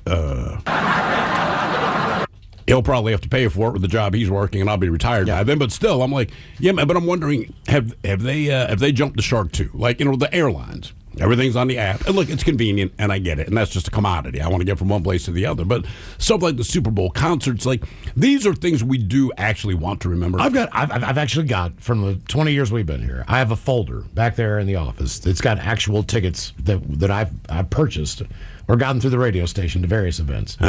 I'm going to whip that thing out after the break. You should. I mean, seriously, it's cool. Because you just see, like, oh, yeah, I totally forgot I was there. There's a lot of those things. I was going to say, the only thing that does not seem to have gone to app, as far as the ticket kind of world, is if you were backstage. If you don't have a lanyard and your little glossy thing hanging, there's no app in the world they'll let your ass in. What makes you feel old, and what can you not do anymore that you used to? 206-803-ROCK. Hello, Matthew. Welcome to the men's room. Hola. Hola. So the thing that makes me feel old is the fact that the Buffalo Bills played likely their last game at Highmark Stadium, which was formerly known as the Ralph. So I went there for my 21st birthday almost 20 years ago, and I went there this year for my 40th. And aren't they building a new stadium? Oh, yeah. Isn't that in the works? It's almost done. It's supposed to be done by the beginning of next season, correct? Correct, yeah. It was basically looked like it was done on the outside when I was there this year. Had a little bit of a fire a couple weeks ago, but thankfully they put it out. So what, the new stadium did? The new stadium had a fire. Jesus. Yeah. Is it a dome? No. Nope. Just the seats are covered, and it's the world's largest snow melt system in the world to get the snow off what covers the state, the seats. Okay. Correct. Yeah. Well, I think people were still like, it's Buffalo. Keep the home field advantage. I know at one point, they were kicking around the idea of a dome, but basically the Bills Mafia was like, no. Part of what we do is take pride in this, and obviously it helps the Bills at this point in the season. The thing I would say, never get too attached to a stadium. That is one thing. Like, look, man, you got the billionaire. If they want a new stadium, they're going to get a new stadium. I mean, it was in Atlanta, right? They got 9 different stadiums. They opened whatever they opened, and maybe, 20 years later? They got rid of it and replaced it with wherever they're playing now. But I'm like, dude, that's 3 stadiums that you have built for one team since I've been alive. And that blows my mind. Yeah, and they were there for 52, 53 seasons at the Ralph. Yeah. I mean, that's the thing. But part of that, if you go to a city that doesn't have a lot of money, when you do, like Buffalo or Cleveland, when you do get a new stadium, that's going to be there for a hot minute. Yeah. Correct. That's Atlanta. And maybe time to retire that stadium, just based on the history. It was old. It was very old. I didn't see them this time, but they used to have circular urinals. So you just pee in a trough that you're looking eye to eye to the guy across from you. Jesus, across from you. They still have them at the University of Maryland. Really? What? Yes, it's like a wall of troughs, but then I still have some of those old school circular ones. So it's a 360. Yeah, you never peed. God, no, I've never looked at another man in the eye while I urinated. But you're supposed to just look down, but then you're looking at penises, and it's very tough. 360 urinal. You never seen those? No. Oh God, it's tough. Yeah, especially a place like that. I mean, there's hundreds of people waiting to get in there. I got to see what this looks like. I don't even think they exist. Yeah, we can't even get a picture of it. No. I have no idea what that is. How big is it? I mean, is it like the size of a hula hoop, or is it massive? I mean, it's pretty massive. Is that still Bird Stadium? Yeah, I'm sure it's something field at Bird Stadium or whatever. Mm-hmm. But yeah, I mean, they're crazy. I remember it as a kid, as I was just like, I can't pee with everybody staring at me. Yeah, that's a little weird, man. Huh? Still can't find a picture of it. I'll find you one. Probably. You don't need to see that. Yeah. Hello. Oh crap! Hang on. Damn it. Hello, Rebus. Welcome to the men's room. Hola, boys. Hola. So, I am 1 year older than both you and Miles and Thrill. So, I'm 57. I think you guys are both 56, right? Yep. And I just got out of the hospital. I had 2 stents put in my heart. I've talked to you guys before about how I had a heart attack 5 years ago and had to have a stent put in. And so that's 3 total now. And today is the first time I've actually walked out of my house since I got out a few days ago. And I had to go to a medical appointment. I'm down here in Federal Way. I had to use a walker. I'm 57 years old. And I had to use a walker to get in and out of the building because otherwise I can't stand up. Is that because your legs are weak or your balance? Yeah, they're ridiculously weak. When I ended up going into the hospital, I was sitting on the edge of my bed trying to get off the edge, and I had a walker that I was going to use just to go out and have some breakfast out in the rec room. And I ended up doing this slow fall down to the floor, and I couldn't move. I had to just lay there for 20 minutes until 911 came and picked me up, but I was just pretty much paralyzed on the floor. Now, do you notice when you're on the walker, is there a different look, a different vibe, or do people treat you differently at all?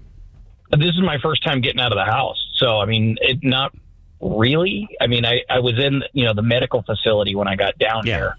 Not so unusual to have a walker walking out of the hospital, I guess. Yeah, but you need to go to Denny's or something, and just I'm considerably younger than most of the people that are using the walkers. There was one old lady as I was coming out where, she looked like she was in her 90s, and the two of us just gave a smile and a nod to each other as we were going by. So is this like the Jeep thing, or guys on motorcycles will put 2 fingers out? Is there like a walker wave? That must be it, yeah. But I tried going out to my car on Thursday and Friday, and I was using a cane that my dad has, and my dad is also using a walker right now. He just had to have a toe amputated last month. Jesus. I was almost out to my car, and my legs started getting all wobbly, and I ended up getting out to the car. I was just going out to try and find a bag that had my meds in it, and apparently I had lost weight while I was in the bathroom or in the hospital, because as I was standing there, my shorts fall off. All right. I'm standing out there next to my car, and I'm trying to bend over and get them because I'd just gotten out of the hospital, so I'm going commando at that point. And I look through the back window, and some jogger lady is running up the street, and she was almost to me before I could get my shorts back up and get them cinched up tight. And then I somehow got back in the house, and my dad was just laughing his ass off at me. And then the day after that, I went back out there just to grab a bag of cereal, and I got the same cane, and it snaps in half. The cane? I almost go to the ground. Yeah, this wooden cane. It turns out that it came from one of my nephews who had broken it and re-super glued it. And so that's where the weak part was, so it could have killed my dad or me. Jesus Christ. Man. So I had to go get some of those walking poles of my mom's and go walking back out the door to get back out to the car, and I ended up rolling on my back, and I was pretty much spread eagled to the world, just laughing my ass off at myself, just because it doesn't get any more ridiculous than that. I thought at 57 it wouldn't be that big a deal, but good Lord, I am just a mess. Yeah. I mean, I think you'll be fine over the course of time, but right. You just got to strengthen up again. But a walker's not a good look. No. I keep Especially wondering. at that age. Right. Exactly. Yeah. You know what I mean? Either be a little kid or be an old person. Well, I just went to a place with tons of old people, and when I go to first of all, being an old guy, I'm going to diners in the morning for breakfast. Oh yeah. Love that. I just love just sitting there, 7:30. I'm looking at eggs, bacon. For whatever reason, this brings me great joy. Because you're old. A little glass of orange juice is just like, this is amazing. But there is a senior menu on the back, and I'm like, man, depending on where you are, there's a lot of places where it's 55 years old. Yeah. There's a lot. And the menu they're smaller portions. It's cheaper. So I'm always like, pre-chewed. I'm flipping the menu over, like, oh man, I'm 4 years away from this. Oh yeah. I can't believe that. French toast, $4. I think you're old when you get into a pool and start doing water aerobics.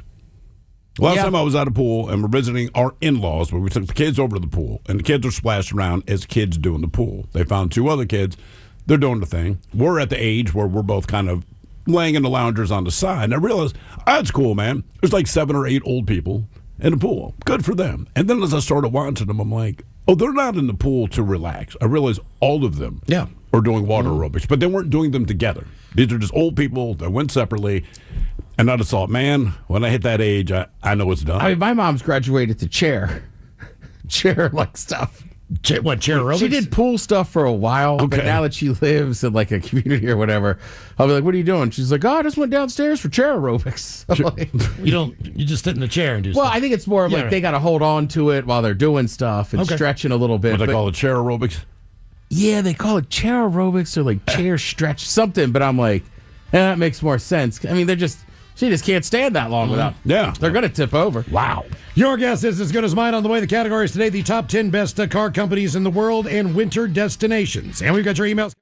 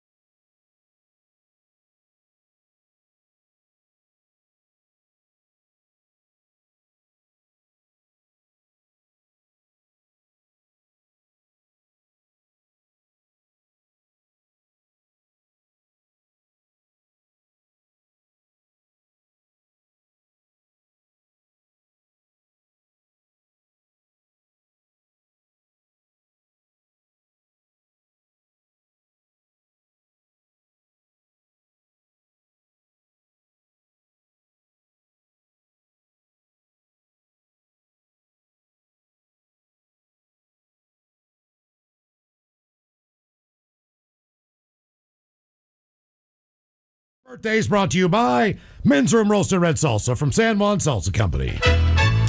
Dip responsibly. All right, Michelas, wishing you and yours an epic start to the new year, and I hope we're just a little more wise and a little less mature than the year before. As my birthday passed, I'll be running another beer mile, so I greatly appreciate any coaching from the Dirty Germans. Me and my girl and my Johnson would also be cool. Thanks, guys, and keep on rocking. That from Johnson. Yeah, I like that your name is Johnson. It speaks very much of who you are. We can call you Mr. Johnson, which incidentally is the same nickname I have for my penis. Yeah, I think the hardest thing about this beer mile is keeping it in your stomach. Yeah, no kidding. Is it 4 beers in a mile? So you're running around a track. That's right? what the beer mile, that's the way I understood it, is each lap you got to chug a beer. So every quarter of a mile. Correct. Okay. All right. Which would be hard not to puke. Yeah, no kidding. Agreed. That's why I don't do that stuff. When's the last time you drank beer and actively were doing something athletic? Athletic? I mean... Well, not golf. Or bowling. I mean... Right, not golf. Or softball. Right. I mean, I haven't. Right. Right. Once you take those, like, I haven't, man. Yeah. Curling. I mean, I don't know. Right. I mean, I did a little shot of Fireball before we did the Diplo 5K, but we walked a lot of it. Okay. Yeah. But you're like, drinking beer and doing stuff athletic just seems bad. It does. Guys, I want to give a afterward. Tastes Afterwards, great. It's fantastic. good for you. It's just like chocolate milk. I'd like to get a huge birthday shout out to my coworker, manager, and friend Joe.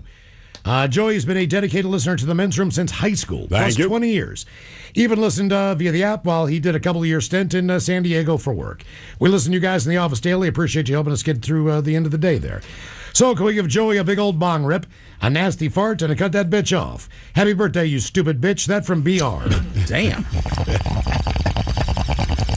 You stupid bitch, yes. Stupid bitch.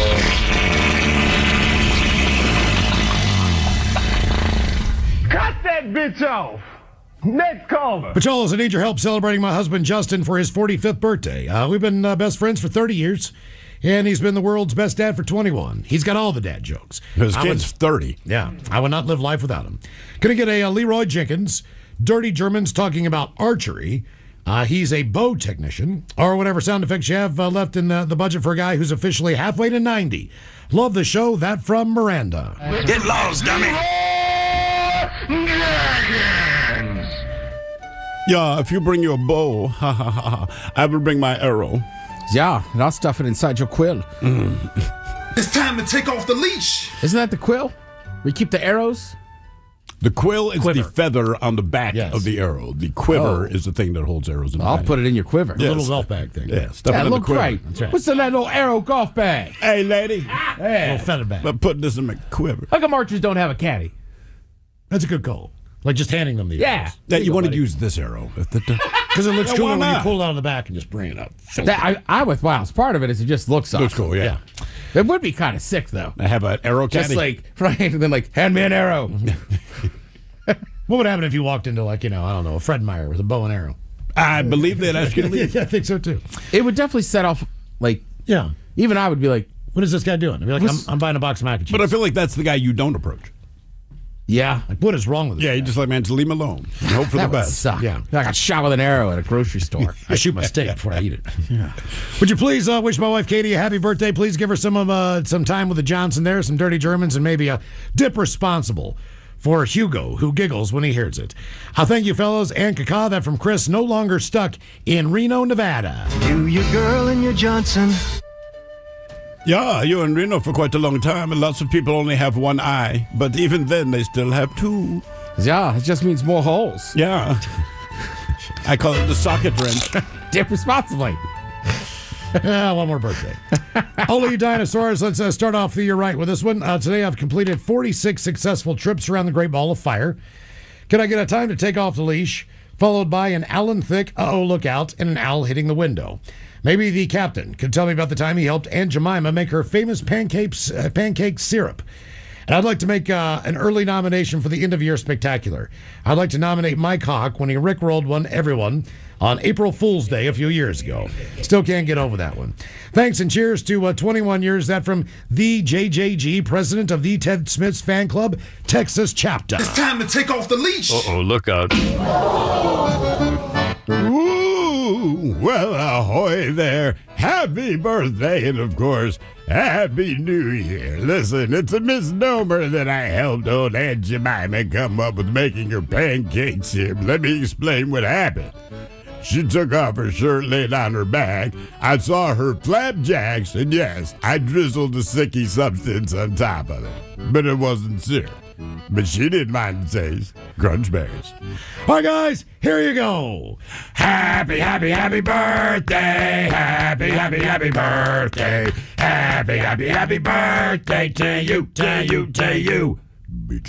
Ya's a Dirty Germans brought to you by Men's Room Original Sausage. Available through Uli's World Famous Sausage, mensroomlive.com, and other fine retailers. Schweinefleisch. Thank you, Moment. Okay, it's time for a little Your Guess Is As Good As Mine. It's an easy game to play. We get a contestant on the line. You pick from one of two categories, and you try to get as many right in said category before 3 strikes and you're out. You're going to want someone to call back. Our caller dropped off. Okay. 206-803-ROCK. In the meantime, I'll explain said categories. We have the best winter vacation destinations for warm weather lovers. Assuming this is all in the U.S., correct? These are all in the U.S. All right. All right. All the states that are covered include Arizona, Florida, Texas, California, and Nevada. Okay. All right, as far as the best winter vacation destinations. Then, Consumer Reports came out with the 10 brands that are the tops in the world of cars. It's their annual report card, and for the second straight year, the number one remains the same. Now, to come up with the ratings, the nonprofit looked at road test and safety performance for more than 200 new vehicles, as well as reliability, owner satisfaction. In some ways, believe it or not, less expensive vehicles are the most impressive. I believe that. It's like wine. Yeah. They said there are really good values out there if you look for them. And Consumer Reports says they told the Detroit Free Press, they note that the only auto brand in the top 10 out of the newspaper's namesake city is one that's made in Detroit. All right. So we have the top 10, or if you want to, you can get really dirty and go the 10 worst car brands. 10 worst? As far as that goes. Or best winter destination. He's grabbing a line now. Man, I feel like I would do better on the 10 worst than I do with the 10 best. Okay. As far as cars go. Because I feel like certain makes of vehicles, they're always in the bottom, whether people like them or not. Yeah. And then the top always shuffles. Okay, who's our contestant? Our contestant is Ryan. Hello, Ryan. Welcome to the men's room. Hola, fellas. Hola. Ryan, what do you want to do? You want to do the best winter vacation destinations for warm weather lovers, or do you want to go with Consumer Reports, the top 10 car brands, or the top worst? Top car brand. You want to go the top one. So the top 10 in the United States. A lot of these are not made in the United States, obviously, but they're the top 10 brands according to Consumer Report from the statistics done here with drivers in the U.S. Okay, so where do you want to start on this as far as what you believe to be the best cars on the road? Okay, let's go overseas first. Start with Mercedes. You want to go with Mercedes. Mercedes-Benz, believe it or not. Oh, wow. Wow. They're 23rd. Damn. That's a good start. All right. I really like a Mercedes-Benz. I think they're obviously very nice cars. I just assumed that they were very nice, yeah. Again, this is based on reliability and some other things. Satisfaction of owners, road tests, safety performance. You got to go Toyota, man. Those things stay on the road forever. Yeah, I agree. Okay, let's do it. Toyota. Okay, that's number 5. All right. I would think along those lines, probably Honda and Subaru as well. I'm going to go a different direction. I drive Ford. I love Ford, so Ford. You want to go Ford? On the list at number 18. Oh. Yeah, not good. Oh. 2 strikes against you, Ryan. Boy, this is rough. You said maybe Hyundai? Honda or Hyundai? Yeah, Hyundai or Honda? Honda. Honda, number 4. Okay. Hyundai is probably a good call, too. Yep. You got 2 out of the 10. Yeah. Yeah, Hyundai, too. Hyundai. Okay, you got it. Hyundai's number 8. So you've got Honda, correct, Toyota, and Hyundai. Let's see here. We've got 2 German brands in the top 10, if that helps you. We have 1, 2, 3 Japanese car makers on the list. And 1 car that actually is made a lot in America. I mean, I would think of it maybe a Kia. Yeah, they're doing really well right now. Yeah. That wasn't. He said 3 Japanese. I'm trying to think of one other than Toyota. Does this include like their luxury brand? Yes, that is correct. So like Acura, could still go there. Lexus, okay. Infinity could be for Nissan, that type of deal. Oh, I see. I like where you're going with that, Ted. How about Lexus? Lexus, number 6. All right. According to Consumer Reports, the top 10 car brands. Oh, you said, okay, there is a Ford product on the list. It is not Ford, but it's made by Ford. Think about what Ted just said. Lincoln. There you go. Number 7 on the list. Nice. So far you're correct with number 4, Honda. Number 5, Toyota. Number 6, Lexus. Number 7, Lincoln. Hyundai at 8. Now, right now as we stand, there are 2 Japanese car makers on the list. There are 2 German car makers on the list. And I'm going to say this one is an American-made car. All right. Just real quick. Other than the Lincoln Navigator, can you name another Lincoln model? As well as I can. No, that's a Toyota. The MKZ. Is that Lincoln? For Lincoln? I mean, just the Lincoln Town Car. Oh, yeah, never mind. Thank you, Ted. I don't think they make that anymore. Do they not? No, they got rid of all their big cars. All right. BMW. That's number 2. Wow, so Mercedes takes an S, but BMW's. Yeah, All right. I don't get it. One more German, 2 Japanese, 1 American car maker left. Totally. Other than Volkswagen, which I never hear anything good about them. Just so you know, Volkswagen is number 22. Okay, that's what I thought. All right, so I'm trying to think of another German. There's Audi? Audi? Yeah, Audi. Good call. No. Oh, damn. Sorry, man. Let me tell you guys, I turned into your YouTube channel about 5 minutes ago, and I'm just loving it. Oh, cool. Thank you, brother. We appreciate it. Hey, I didn't have any idea what you guys look like. I might have to shut it off now. all right. Yeah. Hey, look, we almost have, believe it or not, 4,000 subscribers. So if you haven't checked it out yet, KISW Rock, go there and subscribe to the channel. 3,920. Hit the thumb button up there and give us a little love if you smash the like burger, as we like to call it. All right, what else we trying to think? How many do we have left? We've got 2 Japanese cars, 1 German car, and an American-made car. I'm going to say Kia. Kia is not bad. They are number 12. They will barely miss out on the top 10. What are Acura? Japanese cars? Acura, number 9. All right. That is correct. Yes. Right, because, I mean, look, I have one. It's old, but It's a 10. Still works. yeah, I mean, those Toyotas, Acuras, they run forever. 1 German car is made by the same, the Volkswagen company. What That's did on they the list. buy? Oh, they've got everything. It's a German car. Made by Volkswagen. Just a different Porsche. brand. Porsche, number 3. All right. On the list. I forgot that they bought them, yeah. And Ted, let's see. We said Acura, number 9.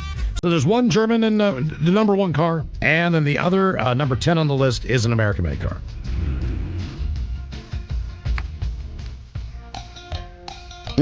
You see these everywhere around town. Both of these cars you see frickin' everywhere. And sometimes I would want to say that would be Subaru and Tesla. The drivers are questionable. That is correct, Steve. Subaru is number 1. Tesla is number 10. Yeah, once you said around here, I'm like, yeah, that's and people that are not at San Francisco, Seattle. If you're not from those 2 cities, anyone that comes to visit is like, my God, there's a lot of Teslas and Subarus. Austin's There absolutely is. Austin's got a lot of Teslas. I can believe that. Owner satisfaction predictions are based on whether members said in surveys that they would buy the same vehicle again. They also looked at safety, crash test results, all kinds of different safety ratings to come up with the best and also reliable cars.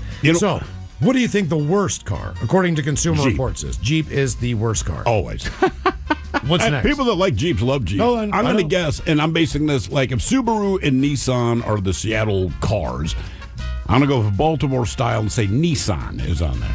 Nissan actually doesn't do too bad. They're number 13 Really? on the list. Yes. I'm shocked. We don't about see that. those enough around here, but they're everywhere else. No, Thurl's right. That's just not the style of the city. What's the one car that everyone who loves them will continue to buy them, even though that the car spends more time in the shop than it does Range on- Rover. Rovers. Range Rover, number 30. on Just the list. any of them. So that's the second worst car on the road. Believe it or not, GMC at 29, Dodge at 28, Alfa Romeo, see those every once in a while, 27, and Rivian They round up. I've I heard see that they're- Rivian all the time. I think they're cool as hell looking. I can't People believe- that have Rivians that I've talked to absolutely love the Rivian, but I know it ranks real low on the Consumer Report. I was going to say the same thing because I'm with you. I agree with Miles. They look cool. Oh, yeah. I know. I've talked to a couple people and they like them, but every time there's a report, they are so low on the list. Yeah, them and Jeep, man. I don't know if you just got to take them in the shop a bunch. There's got to be some reason they're always that bad. I don't know. But Jeep's the one that blows my mind. Like, Jeep's been around for 10 million years at this point. It's like, we still haven't gotten it right, but you like our vehicle. Here's a rubber duck. Here's Rubicon. And I feel like Jeep guy. Here's a rubber duck. He does not care. He does not care. At and half all. the time, Jeep guy likes working on that Jeep. Yeah, that's why I took my doors off. Yeah, At what point do you think I care? That's why the hinges are rusting. Right. Come on. Okay, coming up, we'll drink and toast with the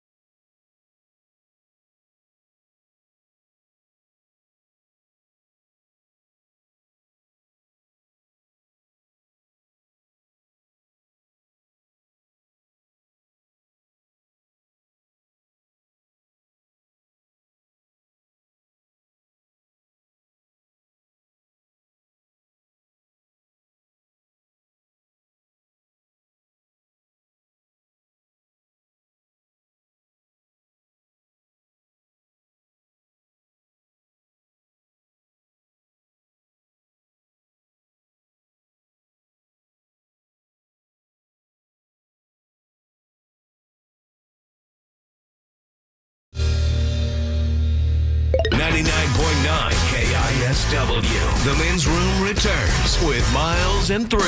All right, cut up here until 5:08. We'll drink and toast with a shot of the day. And we do have your headlines on the way at 5:50. But first, quick check out with Mike Hawk and some of the stories and headlines he is not working on. Well, thank you, Miles. I would absolutely love to bring you the news here in just a hot second. Fear not, it's about to happen. There we go. Little transition there, and we are ready to bring you guys them headlines. All right. And this in no way has anything to do with the YouTube channel. All right. The world's oldest known Twinkie just turned 50 years old. Did you see the picture of the couple? Yes. They looked so proud. Is it still in the wrapper? No. It looked like they had one of those glass dome kind of things. Yes. It looked like they unwrapped the Twinkie and then covered it back up, and for whatever reason, they just decided to keep it for molded? 50 years.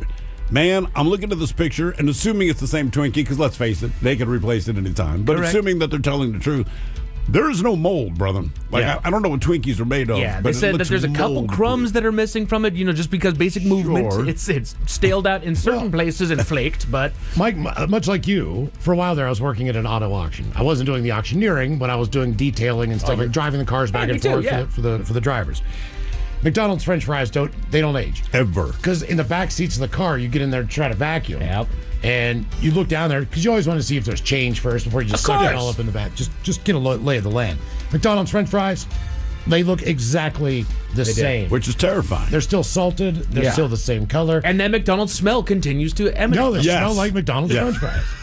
I don't know how long they've been in there. I'm detailing a car. Who knows? That's how I knew the cars that I didn't want to grab, because you'd open them and then you catch that smell. It's like, this is a family car. I know that there's chicken McDonald's nuggets. French fry, I know that there's McDonald's fries. I know that there's Cheerios. I know there's a melted crayon in here somewhere that I need to get rid of. Also know that you can spray paint cloth seats every once in a while to get rid of the stain. I don't know what you're talking about, Miles. We used to get spray paint by the box, dude. Just spray paint cloth. There was one guy that we worked with that he wouldn't even grab the vacuum. That was just his move. You just spray paint over everything. Oh, you bet. You bet. There's an article in The Guardian where a man goes into detail about the hill that he will die on, that he spoils shows and movies for himself before watching them. Why? Yeah. Because I thought the same thing. It's like, really, this is one of the first stories that I'm going to see coming into this year. The hill you're going to die on is that. Right. And so I read it, and I kind of get where he's coming from, but I have a point to make when it comes from it. So he says, basically, in the streaming age and this information age that we have, we don't need to spend this entire time dedicating ourselves to a show that we might not like, a movie that will end up be boring or won't pay off in the end. How many times? Oh, the final episode, the show was great, but the last episode sucked. The movie was awesome, but the ending sucked. So now he will read the synopsis of what it is. He'll read the plot on Wikipedia if he can, and then he will watch like the last 5-10 minutes just to get that big bang ending to see if it's worth it, and then he will then watch it from beginning to end, basically to try to see if it's worth the watch. And I look at that and saying, that's the bet that you take when you watch these things. That is the measure of a good movie, of a good TV show, of anything. And the truth is, especially with the TV show, I feel like with a movie, you're more likely to be disappointed. Only because it's 2 hours of time. How can you not get this right? A TV show that's been on for multiple seasons, like, look, no matter what you do, you're not going to end it right. No. You're just not, right? And people are going to complain. Tough, yeah. Name the show, 80% of the people that watched it religiously hated the ending, and that's the one thing they stick to. But I'm like, that's just the negative part. You enjoyed 7 seasons of this show, but you didn't like the last episode, and now the whole thing goes down a flame. Well, you're talking to a moron at that point. Right. Like, don't worry about it. Just because the last few pages wasn't good doesn't mean the story wasn't. Look, man, M. Night Shyamalan, whatever you're going to watch from the guy, you're going to like him, not like him. But the point is, he's going to have a twist. Right. Maybe the twist is worth it. Maybe it's not. But I feel like if I spoil what that is, it absolutely ruins everything else that I'm watching up front. Well, in talking about this tactic, that's also what fuels conversations. How many times have we gone in, all of us were watching The Boys at one point, which I believe that final season's on the way up. We go in, we show up in here, that episode sucked, this part I didn't quite like, this part was awesome. Like, that's the stuff that fuels the conversation. If you just watch it, like, what do you have to talk about? And also, to me, it's like sports, right? Like, I like the Ravens. They lost yesterday. It sucked. It's devastating. But you sit through the season to cheer on your team. And only one group of fans is going to be happy at the end of the year, and it's whoever wins. Because anyone who doesn't win the Super Bowl didn't do jack, right? See, they didn't win. So it's like, but that's part of the joy of it, or the ebbs and flows. I know for a fact it was often difficult to watch stuff with my kids. because they were always asking me questions about what was going on. Now, we just rented this movie. I have never seen it either. I don't know what's going to happen. That's the whole point of sitting there. But I understand because you're a kid and you're curious. I also know adults that I have been in relationships with that do the same thing. And I wish they knew the end so they just shut up. Right, stop asking. I don't know. I haven't seen it either. I can speculate. Right. But This is my guess. I don't know. Well, and the build-up is just as much of the fun. You know, the wife and I got into wrestling, and I've always, ever since I was a kid, I wanted to watch WrestleMania because that's the big one, right? Sure, But then after a while, I realized I had never seen it before, but I realized it's like, no, you have to watch the lead-up to it to understand why it's To exciting. really understand why that's there. So we started watching every show throughout the year leading up to WrestleMania 40, which anybody who watched it, that was one of the greatest ones that had happened in recent memory. And having that lineup, having all of that lead up to it, like that's what made it this huge cinematic thing. Like if I were just to watch it, I wouldn't understand what was happening. Right, you're just watching the moves, but not understanding why these guys hate each other. You need to build that emotional attachment. You need to build up that drama. You need to build up the reason why you're watching it. That guy's a fool. I will say, one of the funny things about watching movies with kids, though, is there's speculation of things. I remember taking my kids to see the movie Trolls, which I cannot explain how much I hate it, but we're in the theater, and there is a scene where the trolls, your heroes, have been captured by the bad person. Yes. And they're going to be eaten. All right? So they're placed in a pot, and then the stove is turned on. And my daughter started sobbing immediately. And I'm looking, I'm like, right. She's like 6 years old. And you got to put yourself in the kid's mind. I'm like, baby. And I couldn't say this in the theater, but like, the chances of them cooking the goddamn trolls in the Trolls movie with a children's audience, it ain't going to happen. I'm just waiting for the end. They're going to be fine. But I couldn't tell her. I had to watch her get through it. They managed to, quote unquote, escape. And I mean, just the elation she had. Like, oh my God. I thought they were going to die. I'm like, and a G, okay. It'd be awesome if it did, though. If I made the movie. Keep that in the noodle. The only problem is it's not G-rated anymore. No, it is not. You kill those trolls, they're like, it's got to be at least PG-13. Director's cut? Exactly. Trolls 5. They don't make it out. There's a new study claiming that self-driving cars could prevent over 1 million road injuries by 2035. As long as they don't do what that one in Vegas did. There's always going to be one or two mistakes along the way. I mean, but the other thing, like right now, December 2035, you go, in other words, we're still working on it. They'll still slam into the back of a stopped school bus with children getting on and off. But we're going to fix that soon. Right now. But once they do fix it, I mean, it's better than half the drivers on the road who aren't paying attention. At least the car is trying to pay attention. It is paying attention. It's got one job. Right. You know what I mean? It might fail every once in a while, but, you know, I mean, human error is, I would say, greater risk. Yeah, you're not wrong. You're not wrong. All right. Miles, I know it's your favorite time, but time to put your thinking caps on. It is time for the Merriam-Webster word of the day, brought to you by the letter M. It is a noun. It's a plural noun, as they say. So this one's interesting. I give you guys 1% success chance. There's no freaking way that you guys are going to get this. But it's a plural noun that refers to notes or other marks written in the margins of a text. Also to non-essential matters or items. It is a plural noun that refers to minutia. Minutia, not bad. It is marginalia.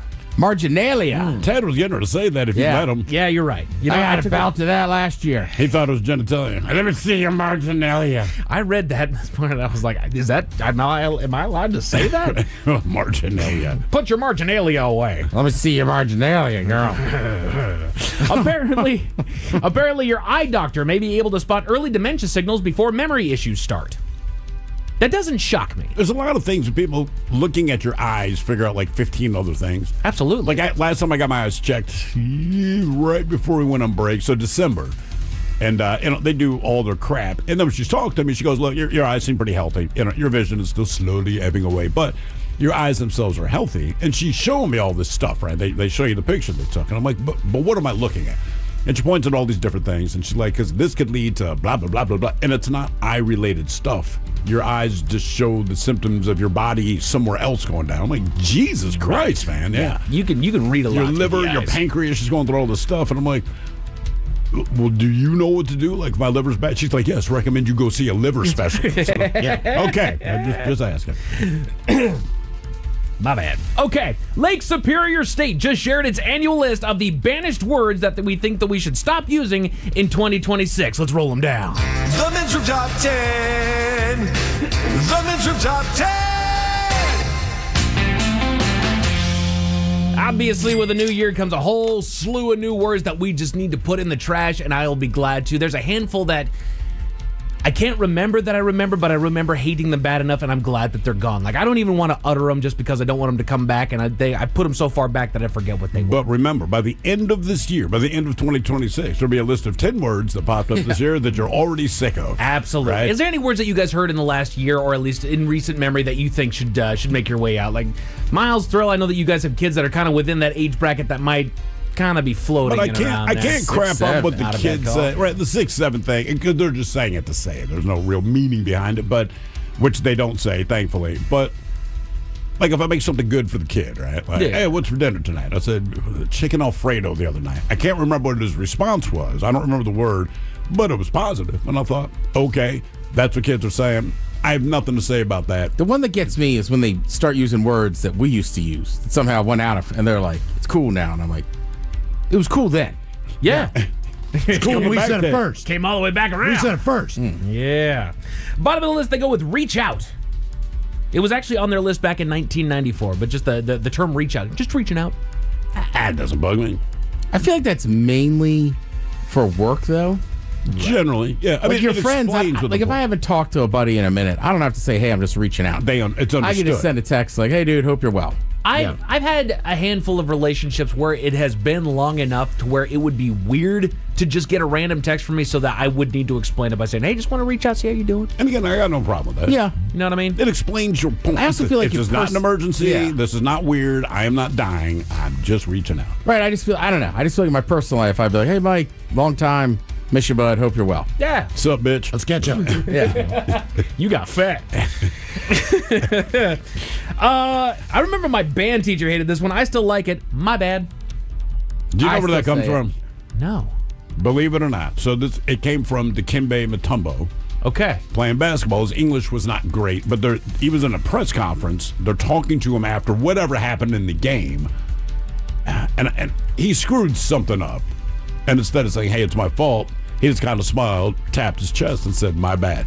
And everybody got it, right? So everyone, believe it or not, Dikembe Mutombo, just struggling with English, but trying to respond to the reporter's question, just said, yeah, that was my bad. Okay. And then he did a lot of good in life. He did a lot of good in life after that. My good. I like my bad because it's you're taking responsibility and apologizing for something fairly insignificant. Sure. You know what I mean? You drop a glass and you spill orange juice on the floor. You say, my bad. My bad. You don't stab someone in the stomach by accident and say, my bad. Right. That's a straight up, oh, sorry. Right, you stabbed the wrong guy. My bad. My bad, dude. Thought you were him. You accidentally forget to okay? put audio on a stream. My bad. My bad. How many times have you said that in the last year? Ooh, in the last year? Just once. How many times in the last 10 years?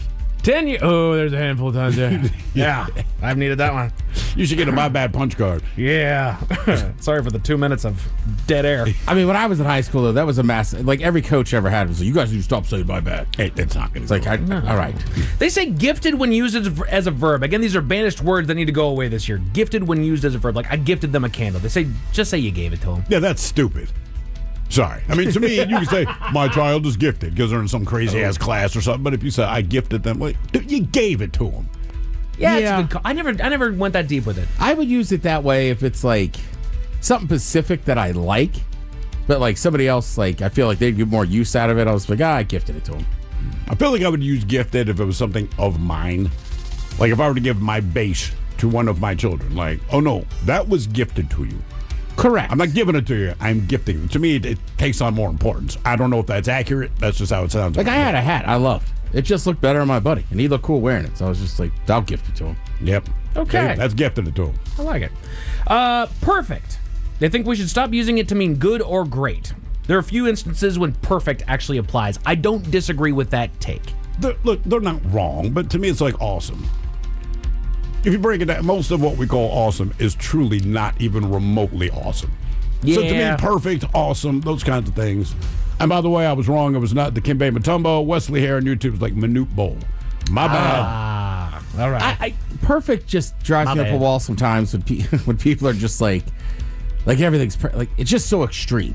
Sure. I don't believe people. I feel like I hear perfect more when I I don't know. Hey, man, the beer you want, we blew the keg. We got. How about this? Perfect. Correct. Yeah. If you're telling me how perfect your life is, generally I'm like, BS. I don't believe you. And I know where you're going with it because the younger generation does it not with perfect, but it's the best thing ever, or it's everything, or it. Right. Easy. Okay. You're very excited. I still say stuff like groovy. Yeah. Groovy. Words that need to be banished this year, full stop. I don't use it, and I rarely hear it. Yeah. They I can basically see say why it's annoying, but yeah. They also banned the word period last year. So the take back then was we understand the point. No need to verbally punctuate it. Full stop. Period. We get it. But what if it's my wife? Yeah. I'm on my don't say it. Don't you You're dare. menstruating. Keep that to yourself. We're done with the word period. Why was it called a period? It is the period in time of which this happens. Yeah, because to me, when you say period, like something's done. I'm like, but when she says I'm on my period, it's not because it's ending.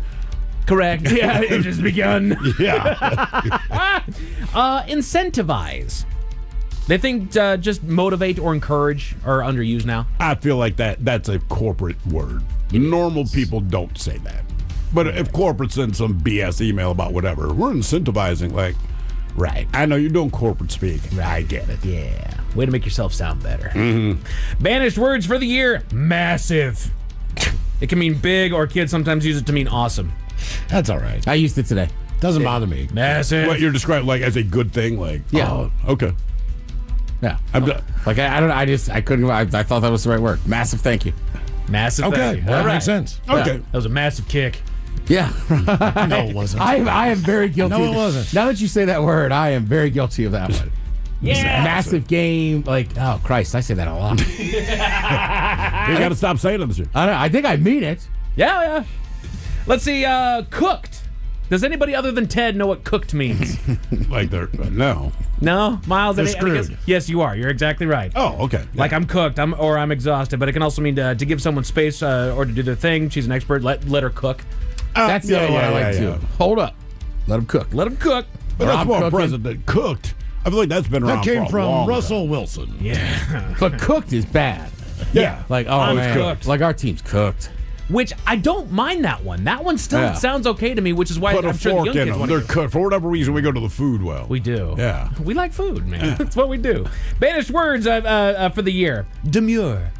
Remember when that one got big because of TikTok? That was a bit of a flash in the pan, though. I mean, that was big. What, 6 months ago? I haven't heard anybody even reference that in a minute. And flash in the pan is the perfect way to describe that because it got so loud, so fast, so annoying. But wait until they say we can't use the phrase "flash in the pan." Then what do we call it? Exactly. A one-hit wonder. It was so popular, so quick. Everything was very demure. Shut up. It's not that funny. It's not that cool. It's not. No, just shut up. It's not perfect. And then this is the number one word that needs to be banished this year. Send it to hell whence it came. Ted, you already nailed it. 6-7. Get it to hell. And I get go it's away. funny to them, but it won't be as funny. And that's where I try to get off my laurels as the old guy. It's like, it's funny to you. Let them have their funny thing. That makes no sense to anybody else other than the fact that it makes no sense. Well, the other reason I think the kids will stop saying it is because it's become such commonplace. They're like, look, I'm 45. I said it at least 10 times over the break to people. And it's like when the old guys start using it as a joke, then it's not as cool. Yeah, that's how you do it. A U.S. Postal Service driver is facing criminal charges for trying to run over a 10-year-old, but you won't believe why, Miles. Why would you even think that was okay? I'll tell you all about it at 5:50. Thank you, sir. Headlines are coming up at 5:50. In the meantime, have we made it to drinking time? Somebody out there deserves to be recognized. And the men's room knows just who it is. So to you, we say, bottoms up, sailor. You're the toast of our shot of the day. Drink time it is, and as usual, we head to the drink desk and Steve with Thrill Hill to find out who we're toasting. Yes, indeed. And today we toast 25-year-old Kobe Watkins of Gainesville, Florida. Now, last week, our honoree, he decided that he would commit armed robbery. So he put on a mask, he grabbed a gun, and he headed to BJ's Meat Market. Then he broke into a cash box, stole over $1,000 in cash, and he ran off. Well, naturally, the police were called. Officers responded quickly. They set up a perimeter, and they managed to arrest Kobe without incident. Now, in spite of having been wearing a mask, the cops easily identified Kobe because the only article of clothing that he wore during the robbery was, in fact, the mask. He was 100% naked. Oh. Put a mask on, went in with a gun, and he robbed the place, as they say, without incident. People gave him the money. But yeah, the cops managed to identify him because he was the only naked person within the perimeter, completely naked. So basically, when they saw the naked guy holding $1,000 in his hands, they knew they had their man. Because as they pointed out, one of the problems with that, aside from being obvious, is he had no pockets to put the cash in. Just like when we spotted the guy, they're like, he's naked, he has a handful of cash, and a gun. That's our guy. Arrested without incident, charged with all kinds of things, armed robbery, etc. But I like they also added on exposure of genitalia. Yes, indeed. Wear more than a mask. So we pour this booze and we drink this booze because we think it's yummy. Yummy. So over the tongue and down the throat to party in our tummies. Down the hola bijola. All right, let's get a contestant on the line now for Profile This, 206-803-ROCK. Profile This.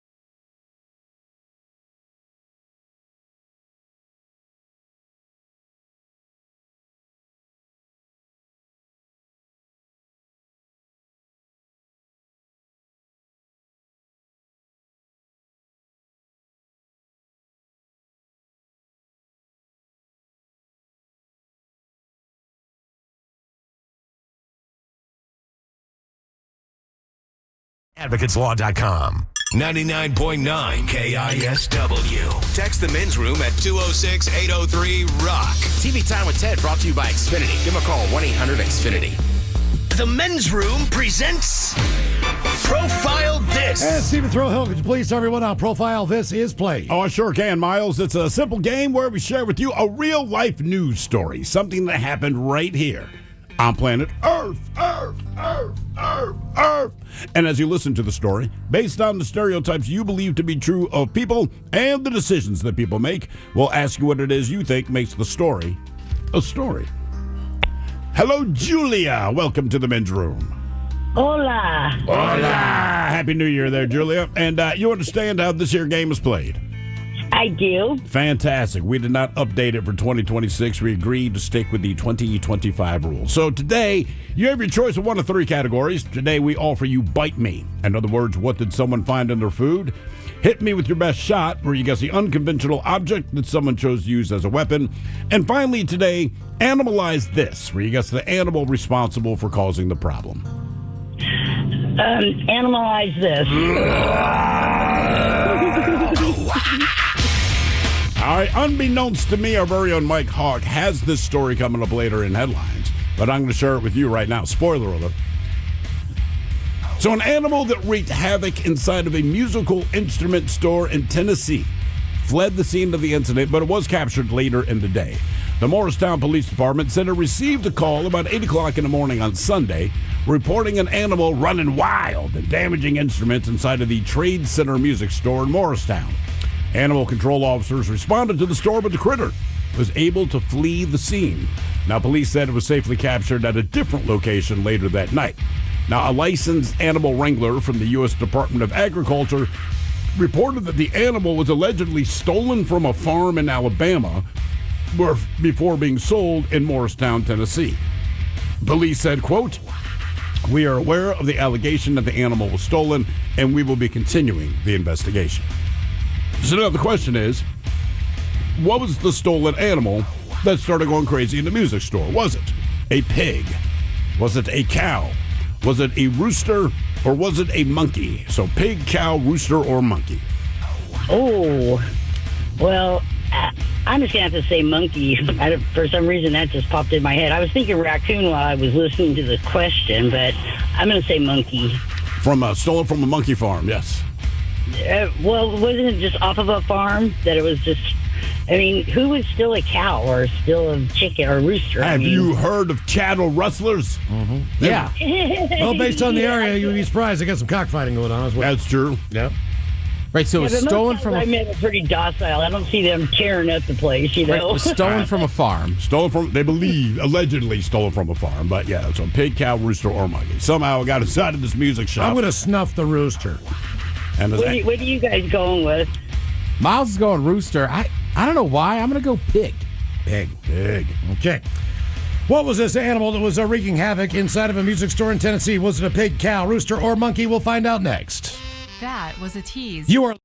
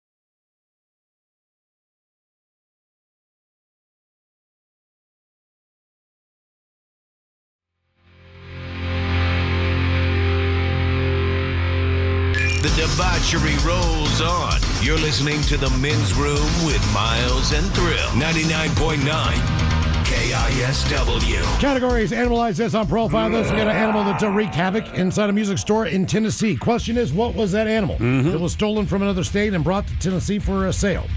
Was it a pig, cow, rooster, or a monkey? And Julia, that is the question that we posed to you. Let us start with D. Ted Smith. You went with the pig. Went with the pig. It was not a pig. Oink oink. MFer.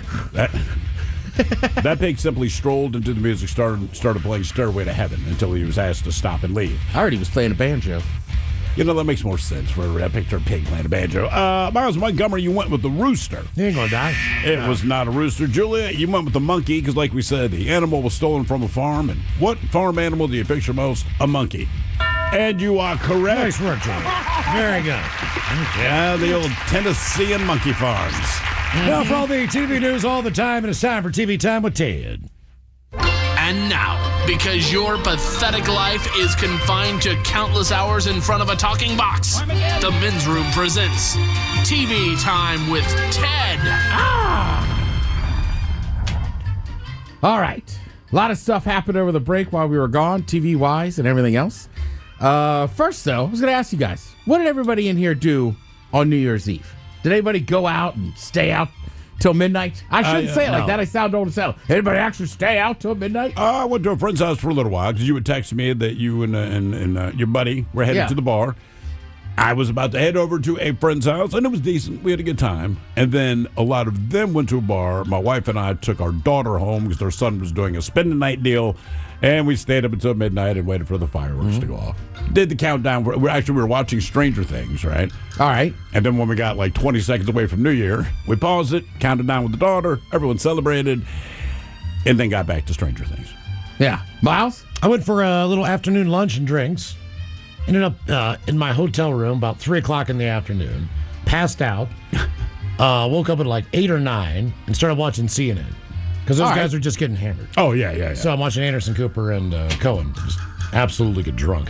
Yeah, you know what? Somebody hit me, too. Was like, because CNN's kind of famous for it. Oh, yeah. And somebody's like, you should watch Fox News. And I was like, why? And he's like, they kind of do the same thing. Just get hammered. Right, but obviously between CNN and Fox, there's going to be different little cheeky jokes they're both saying. Oh, of course. Kind of shooting, taking shots across the board. Yeah, I did the same thing I did last year. Went to a couple bars, and then the bar I was at, they bring in the DJ equipment around 10, so me and my buddy left. Yeah. But also, it got so foggy. It did. The night before, and then New Year's Eve that was serious fog, which I get. I even tweeted out, like, we're just not going to see these fireworks. Mm-hmm. They still shot them off. They did. A guy was earlier on the YouTube feed. The guy was bitching about it. He's like, I was at the Space Needle, but I could not physically see the Space Needle, and I could not physically see the fireworks. Basically, they shot up in the air, and you got like a strobe light through the fog. Yeah. But no actual fireworks. Yeah. So I think that's King 5, right? They do a good job. I believe it's 5, yeah. Yeah, of like showing the local stuff and everything, which is good to see. Kind of missed my guy Terry on there this year. But yeah, and then the funny thing is, I don't know if it's because of the fog or Lake Union, but like where we live in North Seattle, like you could hear them. Oh, I definitely heard them. Yeah, which I thought was kind of crazy. I was like, damn. Mm-hmm. So all right. So for some reason, I thought they used to do a laser show. They did both. Okay. Oh, really? Oh, okay. And, well, here's the deal. They're supposed to have a drone show. I think this is the second year in a row they're supposed to have a drone show, but because of the fog, they don't fly up. So there's still lasers in the fireworks. So I was just kind of joking around on X. I was like, we're never going to see this drone show. And like people started kind of coming after me, like, you get foggy every year. Like, I know. I'm not bitching. I'm just kind of making a light joke about it. We're never going to see it. Did you hear the fireworks in our hood on Saturday night? So New Year's Day. 2 in the morning, right? Like, right, you could tell someone was getting rid of the rest of the fireworks they had, but I didn't know what the sound was at first. So I went outside. I'm kind of looking around, but the same thing, it was just so hazy. Again, I didn't see any fireworks, but you just saw the strobe effect, and I'm like, man, those sound like they'd be badass. But I will say, New Year's Day, I was watching the Ole Miss Georgia game with some buddies, and we were out on his deck. Right, it's got like there's a heater and stuff. Yeah, and we were wearing wearable sleeping bags. But same thing, we kept hearing fireworks. And I was like, is that guy a Georgia fan? Because like it kind of coordinated with when Georgia was scoring. And then by like halftime in the second half, we're like, oh, these are people just letting off. Yeah. So Saturday seemed to be the day that like if you still had fireworks, you could light them off. Oh yeah. Wearable sleeping bag, huh? It's pretty awesome. So somebody just did a quick poll, and they asked you, they gave them 4 choices, right? What could you do for New Year's Eve? Number 4, 10% of people picked, just scroll through social media on my phone. Okay. 20% of people, third place, said they'd rather get some sleep. Wow. Okay. Which is weird. Is that like, I didn't stay out that late, but I still stayed up till midnight. Yeah, I stayed up for sure. A lot of people said go to a New Year's Eve party. The number one thing was exactly what you did, Thrill. A lot of people said watch Netflix or some streaming platform. Yeah, that's like, so we kind of celebrated earlier in the day, and then by the time we got home, it was like 10:30. Watched the final episode. It wasn't done yet, but I'm like, we'll count down. The daughter was excited. We brought it in the new year, and then it's like back to Stranger Things. Did you do the pots and pans? No. All right, when I was a kid, that was the highlight of New Year's Eve, man. Midnight. What's that? You open Banging the front pots door and you bang on your pots and pans at midnight. Huh. You never did that? No. I never did it as a kid. I'm aware of what it was. It just, if you beat a pot and pan at my parents' house, that'd kill me. Oh, that was massive for us. And I mean, and of course, when you're a kid, it's always a struggle. That's the greatest thing ever. Because you got to stay awake and everything. Stay awake. Right. But there was some good bowl games on then, too. I was going to say, New Year's Eve, we had the, what was that, Miami and Ohio State. Uh-huh. Nobody thought Miami would win. They won. They did. I was going to say, then the next day, finally, on New Year's Day, I feel like it's been 2 years since we've had a good game. The first 2 games are, whatever. That Ole Miss Georgia game was great. Freaking awesome. I'm cheering for... That last play took like 9 minutes. Yeah. Well, I'm cheering for Ole Miss because I got because duped. it's not Georgia. Well, and I got duped by Lane Kiffin, but then my nephew is a junior there. Right. So I have like some rooting interest. So it was just fun, yeah. And now you got Miami, who hasn't won a title since what, 2001? Somewhere around there. And the other 3 teams have never won one at all. Mm-hmm. So the semifinals coming up this week should be pretty good and should have a lot of stuff on there. And then NFL goes without saying. Actually, you know what? Nobody likes to start the new year off in a great mood. Let's relive some pain from just last night. The Ravens were in a position to make it to the playoffs, win the division. Just got to hit a kick. Tyler Loop, he now has a chance to win the division for the Ravens. The final play of the regular season for the final spot in the playoffs. Tyler Loop from 44. Snap good. Hold it. The kick is no good. It is wide right. And the Steelers are the champions of the North. I know you have feelings on it, obviously, but credit where credit is due to the machine that is the NFL. Saturday night, that Niners-Seahawks game was great, right? Even just having the Panthers and the Bucks. Right. Terrible teams, but a good game. Right, and then last night, right, like, look, I won't lie, I was very sad. Holidays are ending. Scott Hansen almost teared up, signing off from Red Zone. But, man, what a game to end the NFL season. It was a great game. My son was absolutely devastated at the end, and he's mad at the kicker. And I was like, before you get mad at the kicker, let's review football. Why are they in that position? It's because they blew a lead to Buffalo in the fourth quarter. They blew a lead to New England in the fourth. He shouldn't have been in that position. There's 8 million things that went wrong in the season. Yeah, he should have hit the kick, but he shouldn't have been in a position for it to matter. Why did this game against Pittsburgh even matter when you had him dead to right? You got to do is win the goddamn game in front of you that you already have won in the fourth quarter. So I'm like, everyone's going to dump on this kicker. And it's like, look, that comes with the territory. He'll survive it. He's a young man. He'll get it. But I'm like, there's 53 men on that roster. All right? And they have choked all season long. They put themselves in this position. I feel bad for the kicker, but I do not feel bad for the Ravens. Not only that, if they would have won, they beat a team that just lost to the Cleveland Browns. Mm-hmm. So you're not going to go that much further. Yeah, maybe not. I just feel like between Lamar Jackson and Derrick Henry, it's always like that team has a chance to win. They got a chance to win, but but that's the thing. I was like, look, man, they etched the bed all season long. They put themselves in this position. That was my thing. So I'm like, look, everyone's going to be mad at the kicker. The kicker's going to get much grief. And I'm not defending the guy, but I'm like, you need to remember to ask yourself in the sport of football, why are in a position where they have to beat the Steelers when you had these fourth quarter leads, right, all through the season, and they blew it. I'm like, it should not come down to this. I'm like, that's on the team putting it on this guy's shoulders. Well, and I'm not sure what the Ravens could do, right? I'm sure Mike McDonald always wanted to be a head coach. Sure, of course. But you can just obviously see the difference his coaching makes. God. Right, Yeah, all of a sudden the Ravens don't have a very good defense, and the No. Seahawks have the second-ranked defense in the league. But look at the way they just hit. play dominant. They play fast. They play dominant. They play confident, and they seem to have a general football IQ. Just the football 101 stuff. When you see the Seahawks defense take the field, it's like, look, they're going to get burned because everybody gets burned. But you're not going to burn them all game. They understand the sport of football. They understand where you're trying to hide things, and you see them respond. Every time you see the tight end starts cutting across the line, like they know it's going to be a run. Every team in the NFL knows it's going to be a run. I don't know why our team doesn't know it's going to be a run, and it's a run every time. And that's when I was telling my son. I said, look, everyone's mad at the kicker. I'm like, 95% of Pittsburgh's plays I called at the line of scrimmage when they lined up. And to give him a second, I'm like, you see that guy? This is where the play is going to go. This is who he's going to throw it to, man. It is so basic. And I said, look, I'm not a player, but every player in the NFL would recognize that and adjust. The Ravens do not. And they lose games, and it comes down to this kicker having the kick in Pittsburgh, and they ain't on him. Yeah. Right? It's a low football IQ, and I don't know if that's the players or the defensive coordinator, but that to me, it's like I said with Kyler Murray.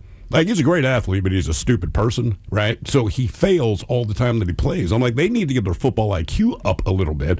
I don't think other teams can believe what they can get away with against them. Like, who doesn't know? And a priest went out there with holy water and blessed the end zone. There is ironic. I saw that, and I was like, you got a priest out there? I know. Bless, and then he That's missed not it. fair. He missed it that end zone. That's It's not like, fair. there's no way that had anything to do with it, but it is kind of ironic. Yeah. I would also say, though, just overall, though, just a great season, right? I was a Seahawks fan. It was a super fun season. Yeah, but nothing that's going on is what anyone predicting. No one who lives in Seattle said, man, I'm telling you, we're going to be the number one seed this year. It wasn't that. Everything I heard at the beginning of the year is might finish around 500. I hope we can give the Rams I had them winning over 10 games, right? I thought that was an easy Well, bet, look at 'em. but I didn't think they'd be that good. But I'm just saying, overall, this is one of the most... New England. One of the years I've seen the NFL where I still don't know. Seattle's the best team right now, but, there's just a lot of parity, which they want. But, the Chiefs fell off. Then you have, right now, the Houston Texans appear to be the hottest team in the league. I'm going to tell you, right, Houston might be hot. I think the only team, and who the hell knows, I think the only team with the possibility of beating the Seahawks would be the Rams, just because they're divisional and all that, and the Rams do the thing. I still think the Seahawks are a better team. Yeah. But from the AFC, I'm like, put Jacksonville in there. Seahawks would eat Jacksonville's lunch. I think Houston, is considerably, they're a quote-unquote hot team. Seattle would devour those. But remember what they did to Denver when they played them in the Super Bowl? Yeah. I think Houston would have that experience against what the Seahawks are doing, not offensively, but defensively, man. Houston's not built for the S that Mike McDonald has put out on that field, man. I'm telling you, this is enjoy this. This is about as good as the defense gets. And the other thing is, they already intimidate teams when they take the field. Yeah, other teams are already crapping their pants when they look at that defense. They already think, oh my God, what do we do? And they haven't even done the coin toss yet. You were talking about watching Stranger Things. Mm-hmm. It's been a long year for David Harbour. It's gotten even longer. Basically, his strange wife, Lily Allen, came out, called him a cheater. There was Millie Bobby Brown. It said he was abusive on their show. Now, granted, she did show up with him on the red carpet. So I think, that was years ago. Well, now there's apparently, I guess TMZ, there was footage before Christmas. He's running out of a restaurant, holding another guy's hat, yelling, like what are you going to do? Effing come at me. Sounds like he's having a breakdown. That's basically what people are saying. Yeah. Is he might be, I guess he is bipolar, so they're he freaked out, started asking people about the Iraq War, got emotional, and kneeled down to pray. So people are saying it could be a bipolar episode. He's admitted this in the past, having it. Also, there you go. That's just look. People deal with personal stuff that they don't even tell other people. Of course. I can't imagine all that being splashed all over everything you see and read and everything else. That's a long, hard year. Plus, I feel like it only gets worse because once it gets out there, then the paparazzi and the TMZs and all that kind of stuff, they're going to start paying more attention to you. And my man could have had 8 episodes 4 years ago that we don't know about because no one cared about who he was, quote unquote, right? But now that he's gotten bigger and Stranger Things exploded and he's done these movie roles, bro, all eyes are going to be on you, waiting for you to fall apart again. Your brain controls you. You don't control it. Yeah, so for sure. If it's not in your control, there's nothing you can do about it. I mean, you can take medication. You can do all kinds of things. Correct. But as far as being able to try to stop that behavior in the moment, if you could, you would. Exactly. You wouldn't be doing that. But you can't. Well, and he does a lot of stuff, but I mean, like, Stranger Things is still obviously one of the biggest shows. Huge. On TV. Probably one of the biggest show in the last 20 years, I would say. Maybe he's just doing strange things. He is doing strange things. Like, sometimes life imitates art. You know what's funny about David Harbour, though? When you look at that show, right, all the kids are young adults now. He's the only guy that does not look any different. Well, he was already an adult. I know, but like no extra gray hairs. What do we know him? What was he on before? We know him from somewhere. I think he was just a character actor. I don't think just a character actor, but like everyone recognized him. You just didn't know his name. Yeah. Right. I mean, that made because every once in a while they'll be like, "Hey, man, so and so died." I'm like, "Why do I know that name?" Then you Google their image, like, "Oh my God, that guy." Right. I think there's a lot of actors like that. We always say, like, you know the guy or the woman, you just don't know their name or whatever. Then they get on a massive show, and you're like, oh, that's him. If you're a football junkie like me for college football, you have the SFSC Championship. Wow, man. It's Montana State playing somebody over on ESPN. Is that on tonight? It's on right now. So what is football? That's what I'm saying. Yeah, we ain't got much left. Enjoy it. Thank you, Tim. We appreciate it. You're listening to The Men's Room. Here's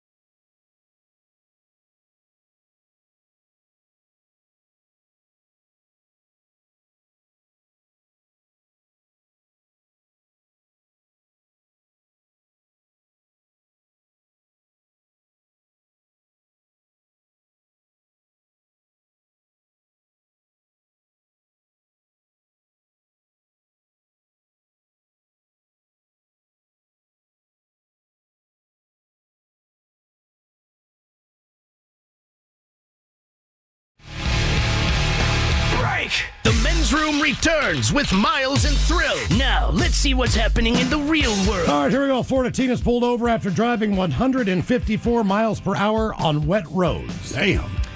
Meanwhile, a woman argues with her boyfriend at a Taco Bell. Then she seriously explodes. U.S. Postal worker tries to run over a 10-year-old boy. Escape monkey finds a music store it wanted to destroy. And a woman wanted for arson tries to burn down a Walmart on New Year's Eve. It is time for your headlines. Now, it's time to hit the headlines. Here's Mike Hawk. All right, our top story, we go to Florida, where a USPS driver is facing criminal charges. He was going about his normal workday delivering packages to the neighborhood when he spotted a young individual swiping one of the parcels that he had just delivered, and he was mounting a scooter with the package, primed to get away with some porch piracy. Thinking quickly, the driver did what he had to do to stop the 10-year-old thief. He attempted to run the boy over with his delivery truck. But why would you even think you're not going to be hailed a hero?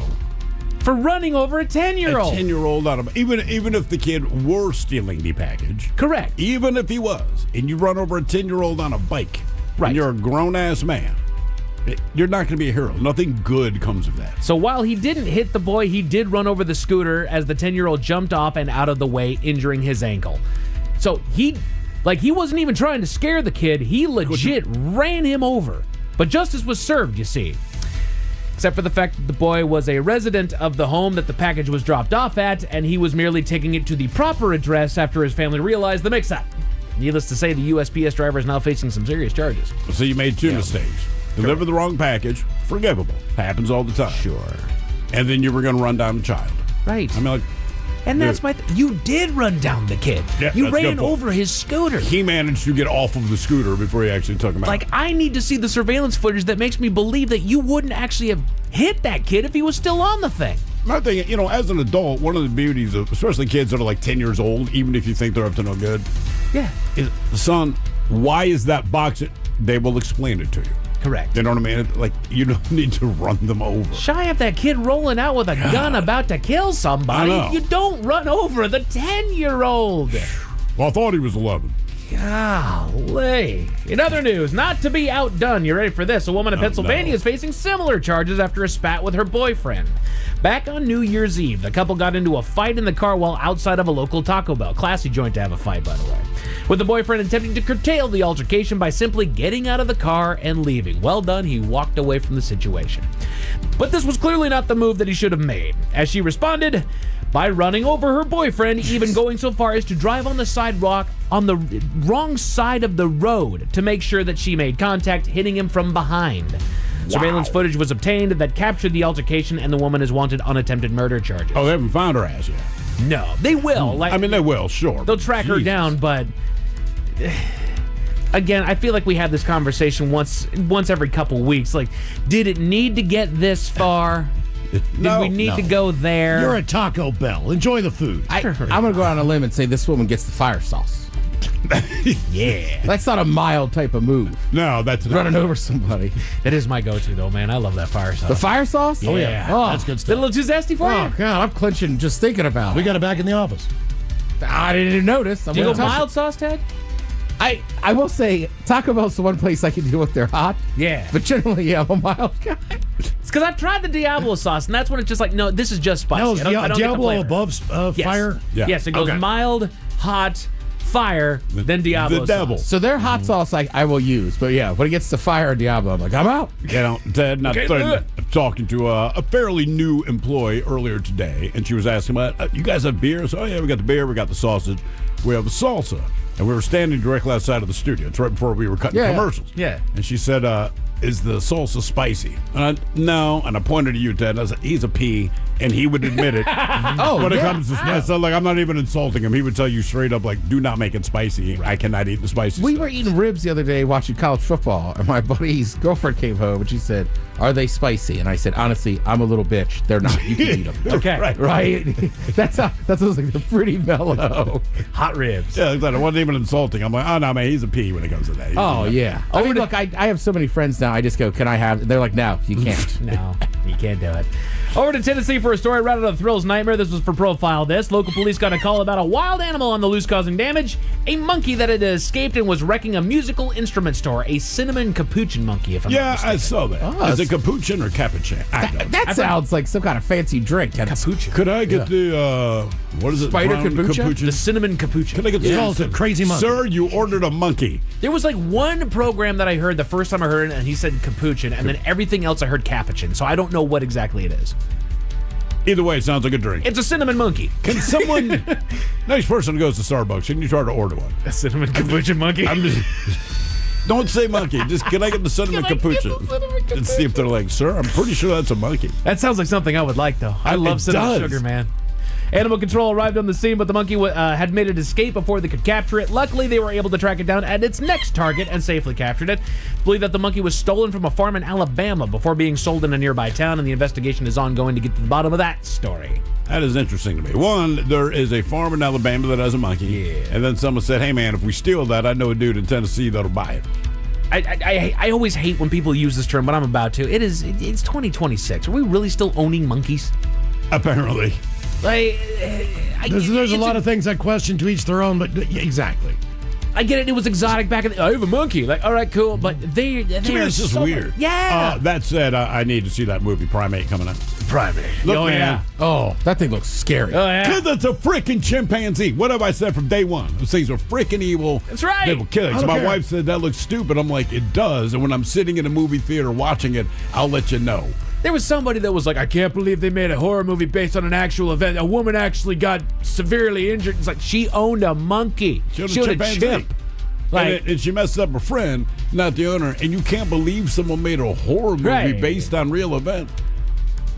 I got bad news for them for so many horror There's people movies. that get choked out by their constrictor snakes as pets. There's people that, are dumb enough to own gators and they get bit. Like, they are wild freaking animals. Do you think this person was upset about Titanic? It made about $1 billion. Like a bunch of people died. It's a true story. Get over yourself, jackass. To Illinois, where a woman is facing arson charges. Surveillance footage observed the woman in a local Walmart location walking to the camping section where she loaded a couple cans of camping fuel into her cart. She proceeds to walk over to the baby infant section of the store and pour the fluid all over several cribs before setting them on fire and walking out of the store. That's a bad look. Yes, it is. Firefighters arrived at the store being evacuated and were able to control the blaze, which is said to have caused more than $5 million in damages. The store is currently closed to the public as they assess the damage, and a motive for the fire is still unknown. The woman was eventually arrested. And She's a pyromaniac. Pretty much. And crazy. Pretty much. But just in case those stories left a bad taste in your mouth, thankfully, there's good news. We go to Iowa, where medical staff went above and beyond the call of duty. A woman had gone in for an x-ray on her hand, and like everyone is recommended to do, she removed the rings that were on her fingers at the time of the imaging. Fast forward to a day later, she realized that she never actually put the rings back on before she left the hospital. That's when she realized that she had accidentally thrown away the napkin that contained her rings, which had belonged to her grandparents. They were actually their wedding rings. Oh, wow. She contacted the hospital, and maintenance crews went searching. Luckily, after clawing through roughly 60 bags of trash in about 45 minutes, they used a metal detector and were able to track down the jewelry and return them to the woman. Oh, very nice of them. Congratulations. Out upon them. Yeah. Men's Room Sports, as Ted said, you got some college football championship game over on ESPN, college hoops on CBS Sports, and FS1 of the Kraken are in Calgary taking on the Flames over on NBC and Kong. As far as your weather, should have to deal with just clouds for tonight and a low of 40, but tomorrow they're predicting rainfall and a high of 45, so it's not going to be a very fun day. But that is it for headlines. With that, Mike Hawk is out. Hey, guess what tomorrow is? It's National Smith Day. Let's go! And we'll celebrate on Sit and Spin. The lovely Jolene's coming up in seconds. Yes, indeed. It's all true, including National Smith Day. But in the meantime, well, we be all about this bitch, and Happy New Year. So until tomorrow, please do what you do best, and for Aletha's sake, stay beautiful. The Men's Room has been taped before a live studio audience. Wardrobe and makeup provided by Mantastic Limited. This has been a presentation of the Men's Room Radio Network. Oh, man.